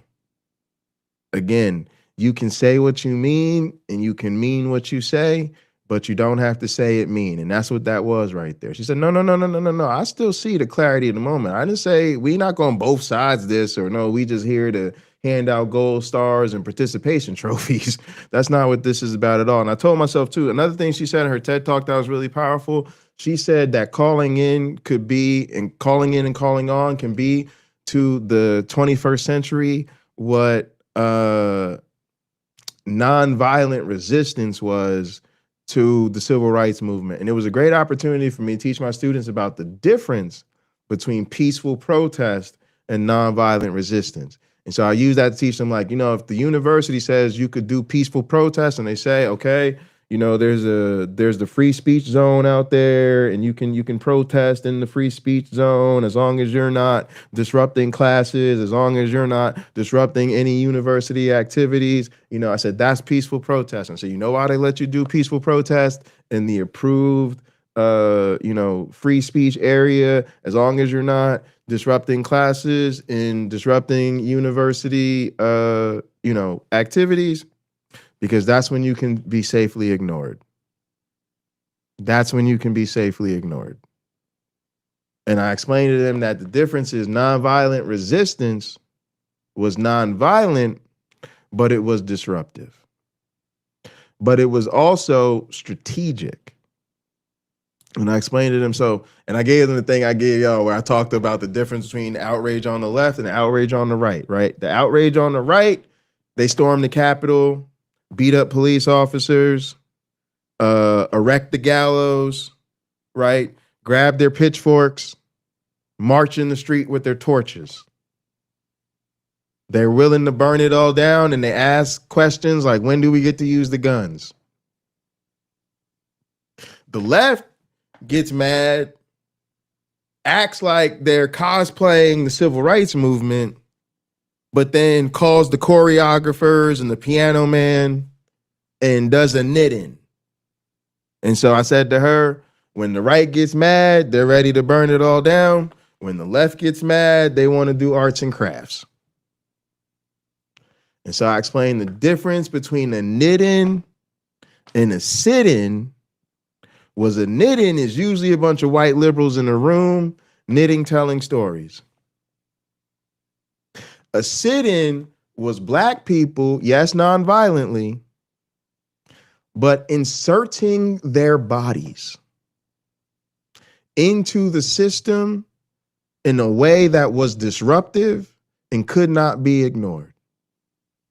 When there's a segregation law that says you cannot serve black people, when there's a restaurant policy that says you cannot serve black people, and black people come in and they sit down at that counter and they refuse to leave,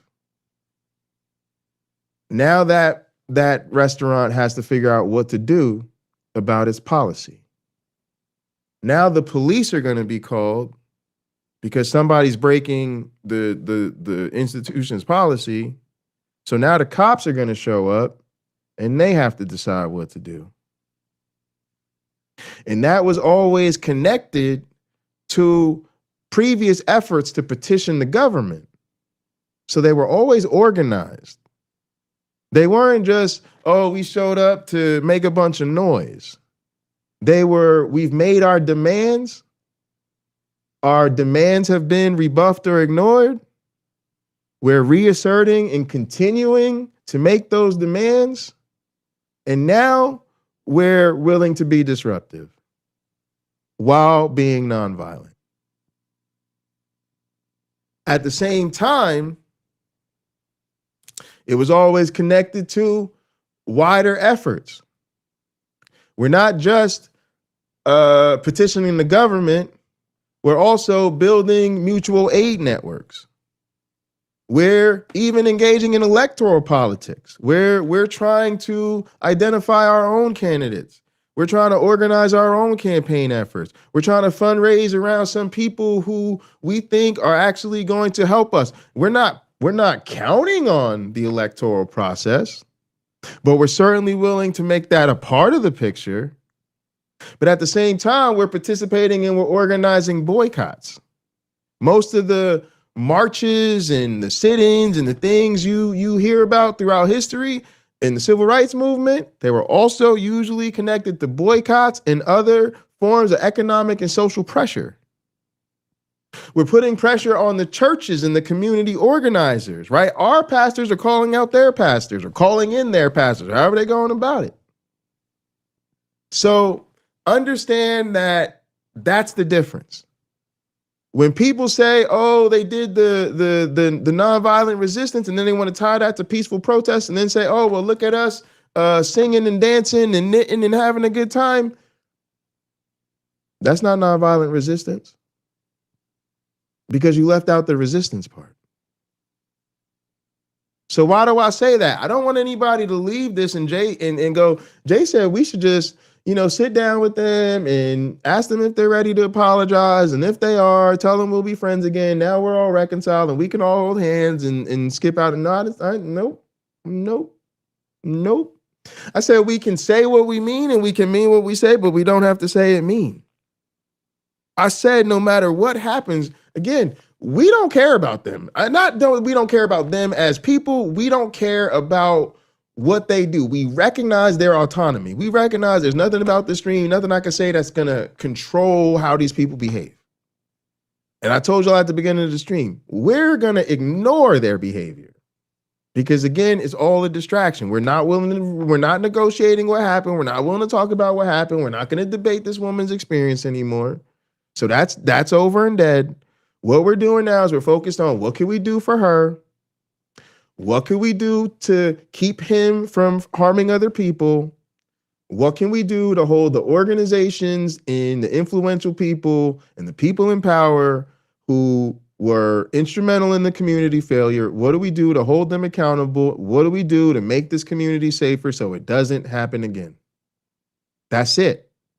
So all of that is a lot of drama and noise, and it's a waste of time and a distraction. Okay? But what we are saying is, as part of our efforts to silence and ignore the drama and move forward in a constructive way about what really matters, is, again, we want to offer the people who are on the wrong side of this thing an opportunity to use this as a chance for growth. To say, we don't hate you, we're not after you. To be after you, we'd have to be focused on you. If we were after you, we'd have to focus on you. If we were focusing on you, we wouldn't be focused on her. If we're so busy trying to make sure nobody platforms you and nobody talks to you and people are hating on you and blowing you up with mean comments, we ain't doing a goddamn thing that's protecting nobody. So we ain't got time for that. But what we are saying is, again, most people in this community still want to be in relationship with you. Most organizations that were involved in this still want you to be a part of those organizations. Most of the events and things that in organizations, the people that were sponsoring this and who are responsible for all this, y'all are still in relationship with. So y'all still have the opportunity to help. You still have the opportunity to be a part of the solution and instead of part of the problem. So I don't want anybody to think that I'm saying this is peaceful protest. Oh, we just sit down, we talk it out, and then we quit and we say it's done because now we're all friends again. No. This is nonviolent resistance. We have to be disruptive. The bullshit stops. We didn't stop it. She stopped it. She said, I am giving my testimony the force of law. I am having it notarized, and I am addressing with my full authenticity to the entire atheist YouTube community exactly what happened. So that's done. That's done. She stopped it. She said the bullshit stops today. When Patty read that letter, the bullshit's done. That's it. The rest of us, we ain't spending no more time going back and forth about what happened. So now it's time for us to be disruptive. Yes, we're boycotting NanoCon. We're boycotting the sponsors of NanoCon. We're boycotting all the atheist organization, and we'll get back to that in other streams because I really don't want to get into all that right now, but that is all part of the effort. We're trying to make sure there's pressure applied to the people that continue to platform and elevate Elliot Martin. Yes, we're doing those things. We are committed to being disruptive so that the people who are responsible for this cannot continue to do business as usual. That is the lesson of the civil rights movement. Yes, it is about nonviolence, but it is about disruption to the point that business as usual is not possible. And to me, as a community organizer and a scholar, that then becomes the measuring stick. Part of what's beautiful about reproductive justice is it speaks to, like I said, because of its intersectionality, in a way, it emerges as a superior academic theory. I mean that. What she offers through reproductive justice as intersectional feminism is far beyond what almost any other theory, and I include evolutionary theory in that, has done to this point. Now, I think evolutionary theory could go ahead and do its own thing and it could get all up in the picture, but it's going to have to borrow from her framework so that it too becomes a product of the people rather than a product of a very particular specific group of people. Because what she was able to do by centering reproductive justice as intersectional feminism and centering the lives and the experiences and the bodies of Black women was articulate that theory should not be measured just in how many academic publications it produces. Because what is that? That's a product of the structural system. The structural system of patriarchy, capitalism, and white supremacy intersects even in academia. And one of the ways it intersects in academia is it says a theory can be based on what that theory produces within academia. She said, who the fuck decided that? It wasn't sure as fuck wasn't us. She said, no, a real theory, especially a theory of a social theory, a theory about humans needs to be measured in the impact on humans. Can your theory change the way people do community organizing? Can your theory change the way we do public policy? Can your theory be used as a framework and tool of motherfucking revolution? Oh, it can? It just produced a bunch of academic citations? Then motherfuck your theory. Yes, bitch. Yes. Yeah, I told y'all. That's why I told my students. I had my students hyped up. I told y'all, read this shit. I told them, this is the best paper I ever read in my life. Because that is such a game changer for students of science. Stop thinking the height of science is producing more science papers and start to realize the height of science is can humans use the shit you learned in the academy to actually change the fucking world to make a difference in people's lives? If it can't, you're wasting your goddamn time. That's the type of scholar I want to get down with. That's who I'm learning from. I'm trying to sit at her learning tree like, yeah, I'm new to this. Yeah, I'm just here. I got my notebook and my listening ears on, and I'm here. Right? So please understand that. The new test is, are we being disruptive to the point that doing business as usual is not possible?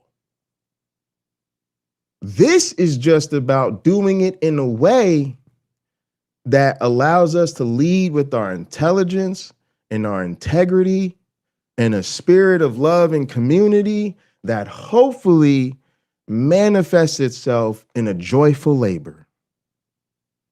Now, it's just human beings to want to hold people accountable for things you think they've done wrong.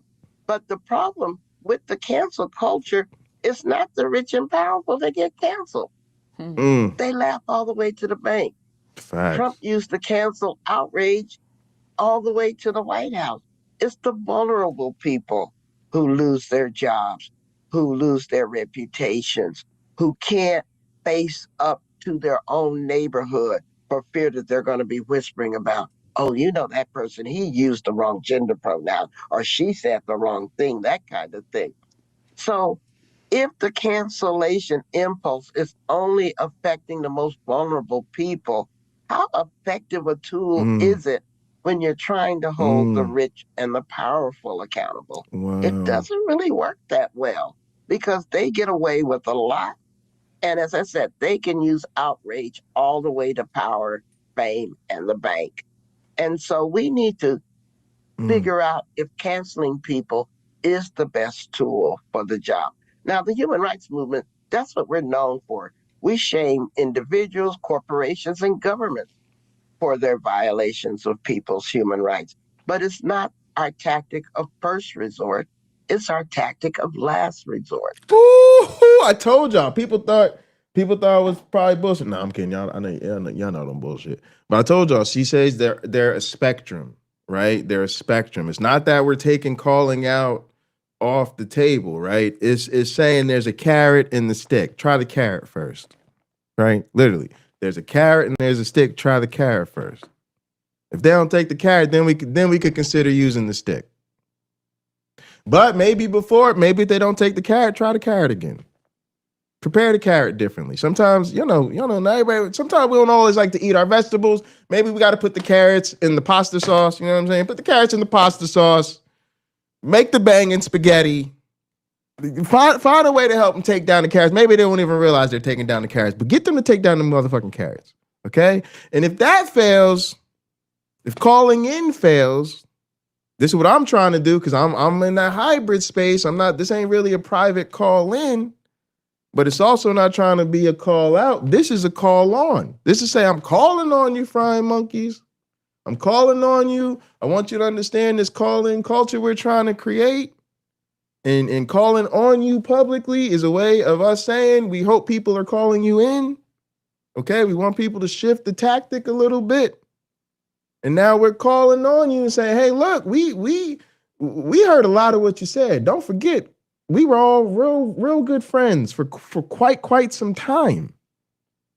So we've seen your humanity.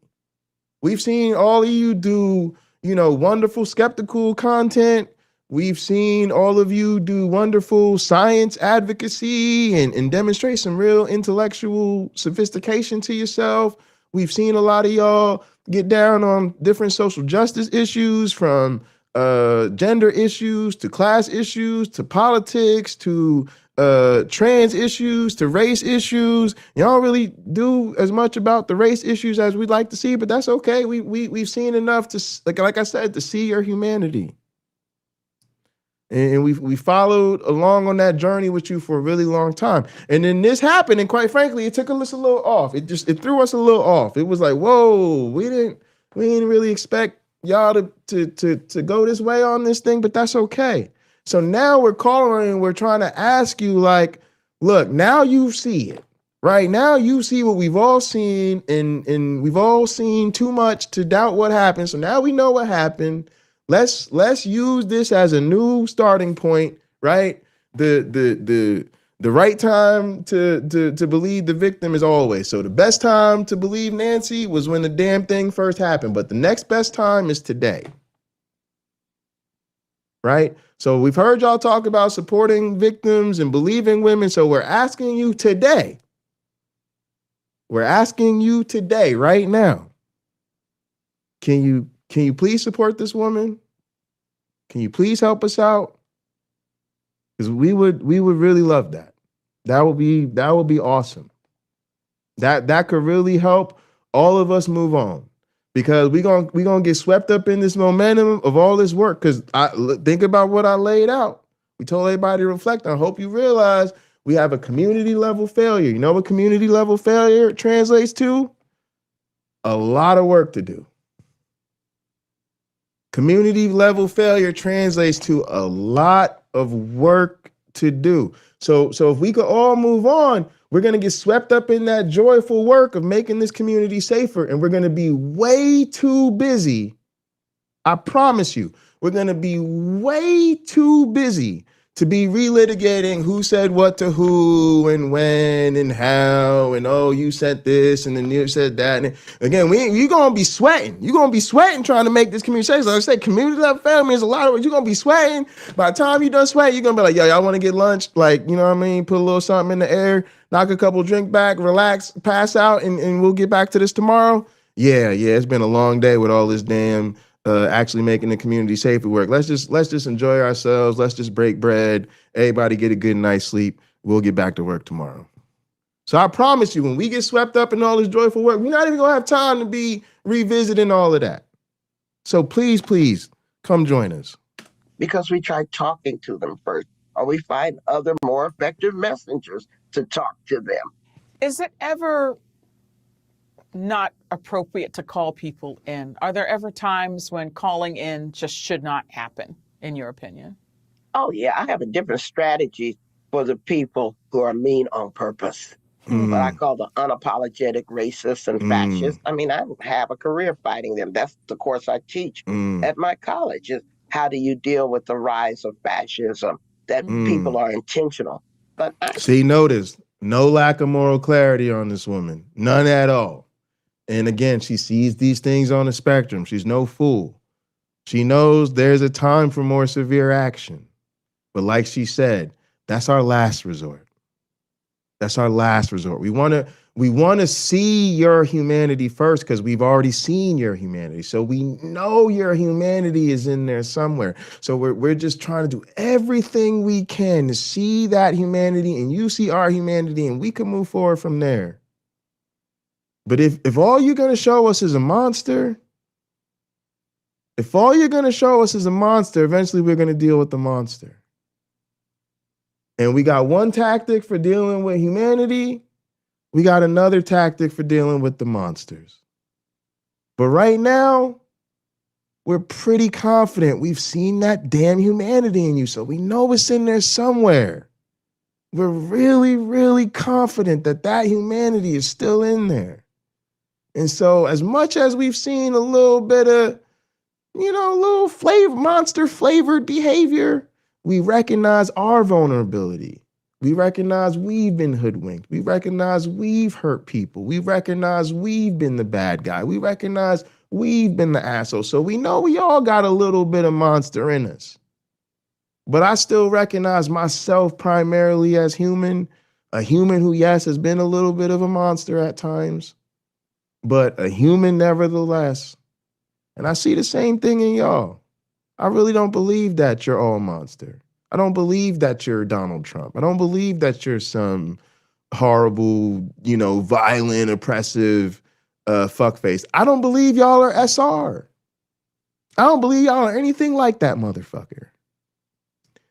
I think most of y'all just, like I said, I think you just probably went with your friends. You just went where you trusted the people you thought you had the closeness and the proximity to trust. And I know part of my vulnerability, like I talked about being in some bad relationships, I also have a tendency to trust the wrong people. So if at the end of the day, somebody tells me, I'm sorry, I fucked up, I trusted the wrong people, I'm gonna be like, you talking to somebody that's made that mistake, again, more times than I want to talk about. And I don't want to really sit here and talk to you about every single time I trusted the wrong person. So you don't owe me to sit here and talk about every time you've trusted the wrong person. You could just tell me you trusted the wrong person. I could say, I totally get that. Let's get down on this work. I think that's a very small percentage of the population. And I'm not trying to call them in. I'm trying to overpower them with people of goodwill who are going to beat back this culture of contempt and meanness and lies and violence that's being imposed upon us. So I'm not trying to call in the people who are intentionally harmful. I want to call in the people who are being manipulated, are being harmed by the malicious people who are using this as a way to power. How do people start calling people in as if they want to stop calling people out? What are just some of the principles that you could leave us with? Well, I always advise the 1, 2, 3 steps. Let me tell a story of the blind woman in my online classes, because I teach this stuff online. And she said, every time I got to go up a step or into a door, this arm comes out of nowhere and places it on my body. And because I'm a sexual abuse survivor, it always feels like a sexual assault to me. And so I just go ballistic. I curse people out. What can I do differently? So I advised her to reinterpret that as an act of kindness done badly instead of an assault. So one, two, Wow. three. First, you thank them for the kindness. Secondly, you set your boundary and say, I don't like these strange arms coming on me or hands on me that I can't see coming. So you set your boundary. And then the third step is to say, but if you want to help someone who's blind or disabled, why don't you stop and ask them how they'd like to be helped first?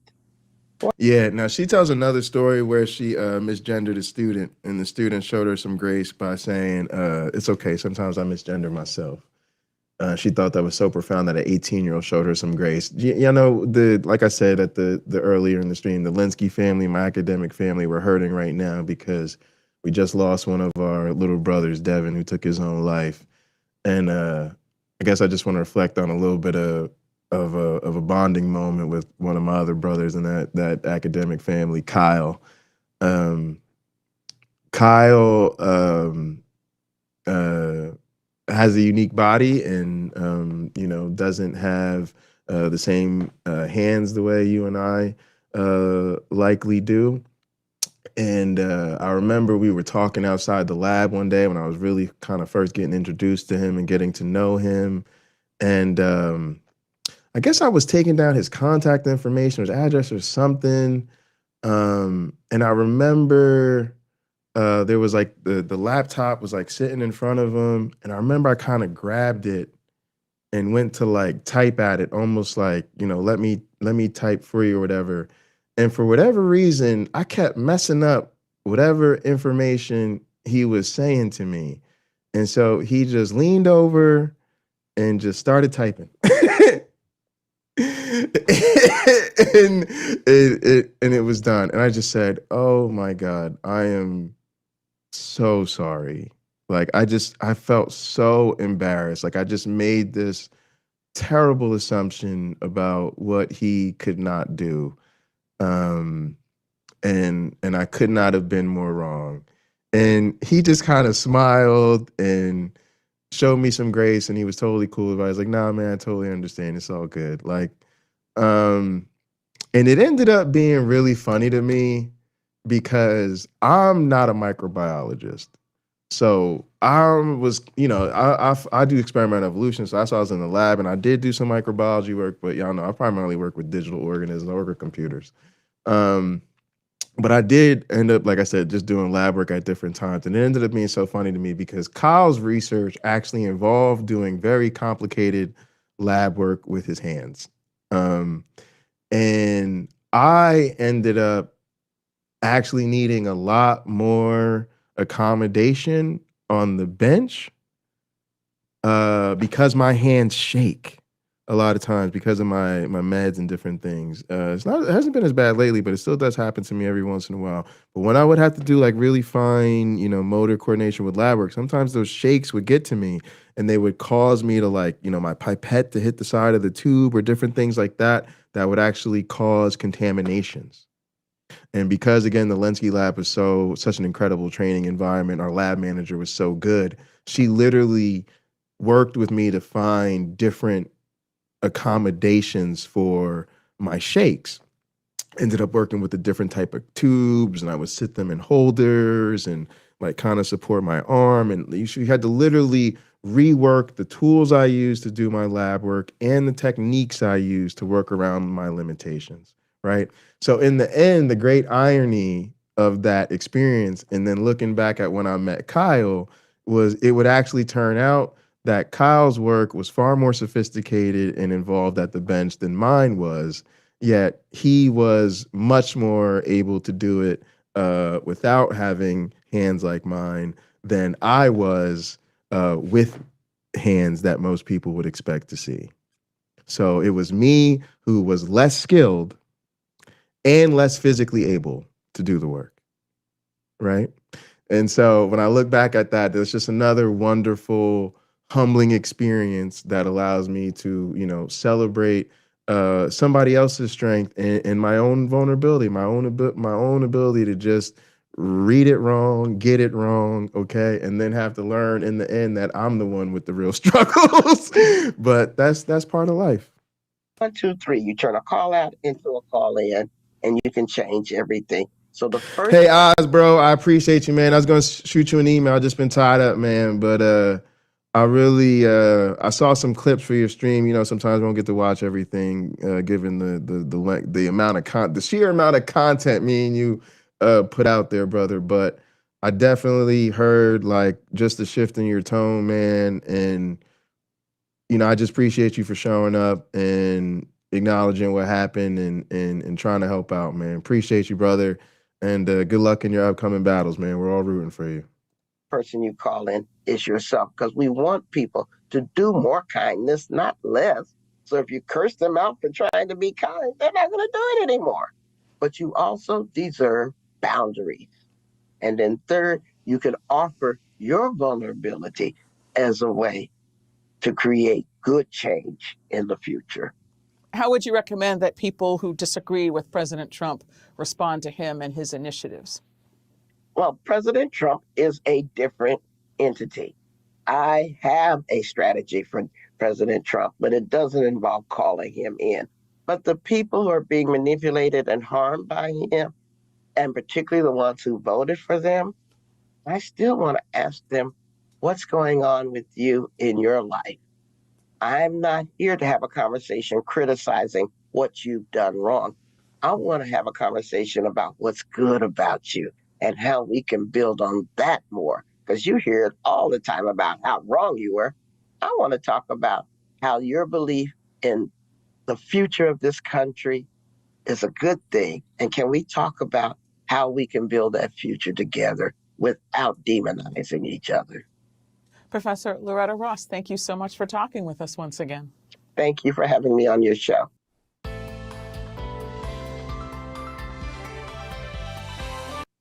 Yeah, Oz, we appreciate you, man. We all have our own, process and way to deal with the information. And, this is a social situation. So there's a lot of different variables in terms of, social relationships and different social pressures. So, yeah, sometimes you just gotta handle things, your own kind of way, like you said, to make sure you're, leading from a place of your own decision, I guess, your own autonomy. So, yeah, man, just appreciate you for being part of this. Especially, I got to be honest, the whistleblower. Women always do the hard work, and women always do the invisible work, and I don't think we can get to a future of equality until that changes. Literally, one of my social phenomena, I call it like male cowardice. It's like when it comes to the real human work, the real social work, the real emotional work, like the real labor of community, it's like men, we just never show the fuck up. And it's almost like we're so insecure about feelings and issues around sensitive topics and feelings. Motherfuckers would rather drop bombs on each other and literally go to war and die than have uncomfortable conversations that involve touchy subjects. So then when this type of community level failure happens, it falls to the women, and then it falls when it's something like gender violence, it falls to the victims and survivors of themselves. So the whistleblowers have been carrying all of this, and they've just been ostracized. And I know part of their frustration has been as, women who are survivors just not seeing men who have, so much less risk and so much less at stake. None of all the alpha mans in this community have even been willing to open their damn mouths about it, and they have been relentlessly trying to raise the awareness of all of them. I mean, if y'all really want to have your hearts broken, I would say you ain't seen nothing yet.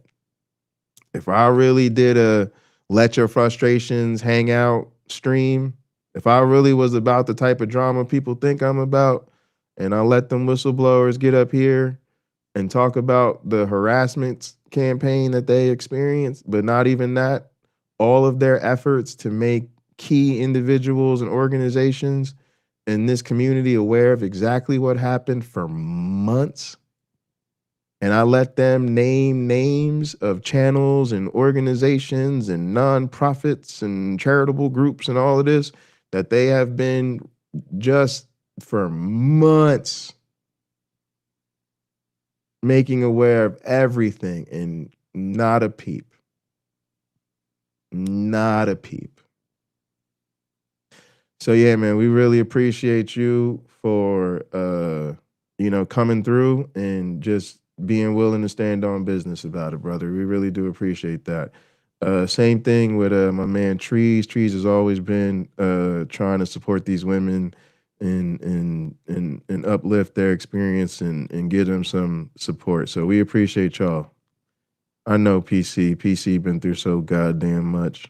You know, this has been re-traumatizing. All these women are survivors and they done all been through it. But again, y'all, we're trying to honor the victim, and we're trying to honor Patty. Y'all know how Patty operates. Patty likes to lead from a place of a very strong peace, a very, a moral clarity and an intelligence, but a commitment to dignity and humanizing others and trying to be constructive.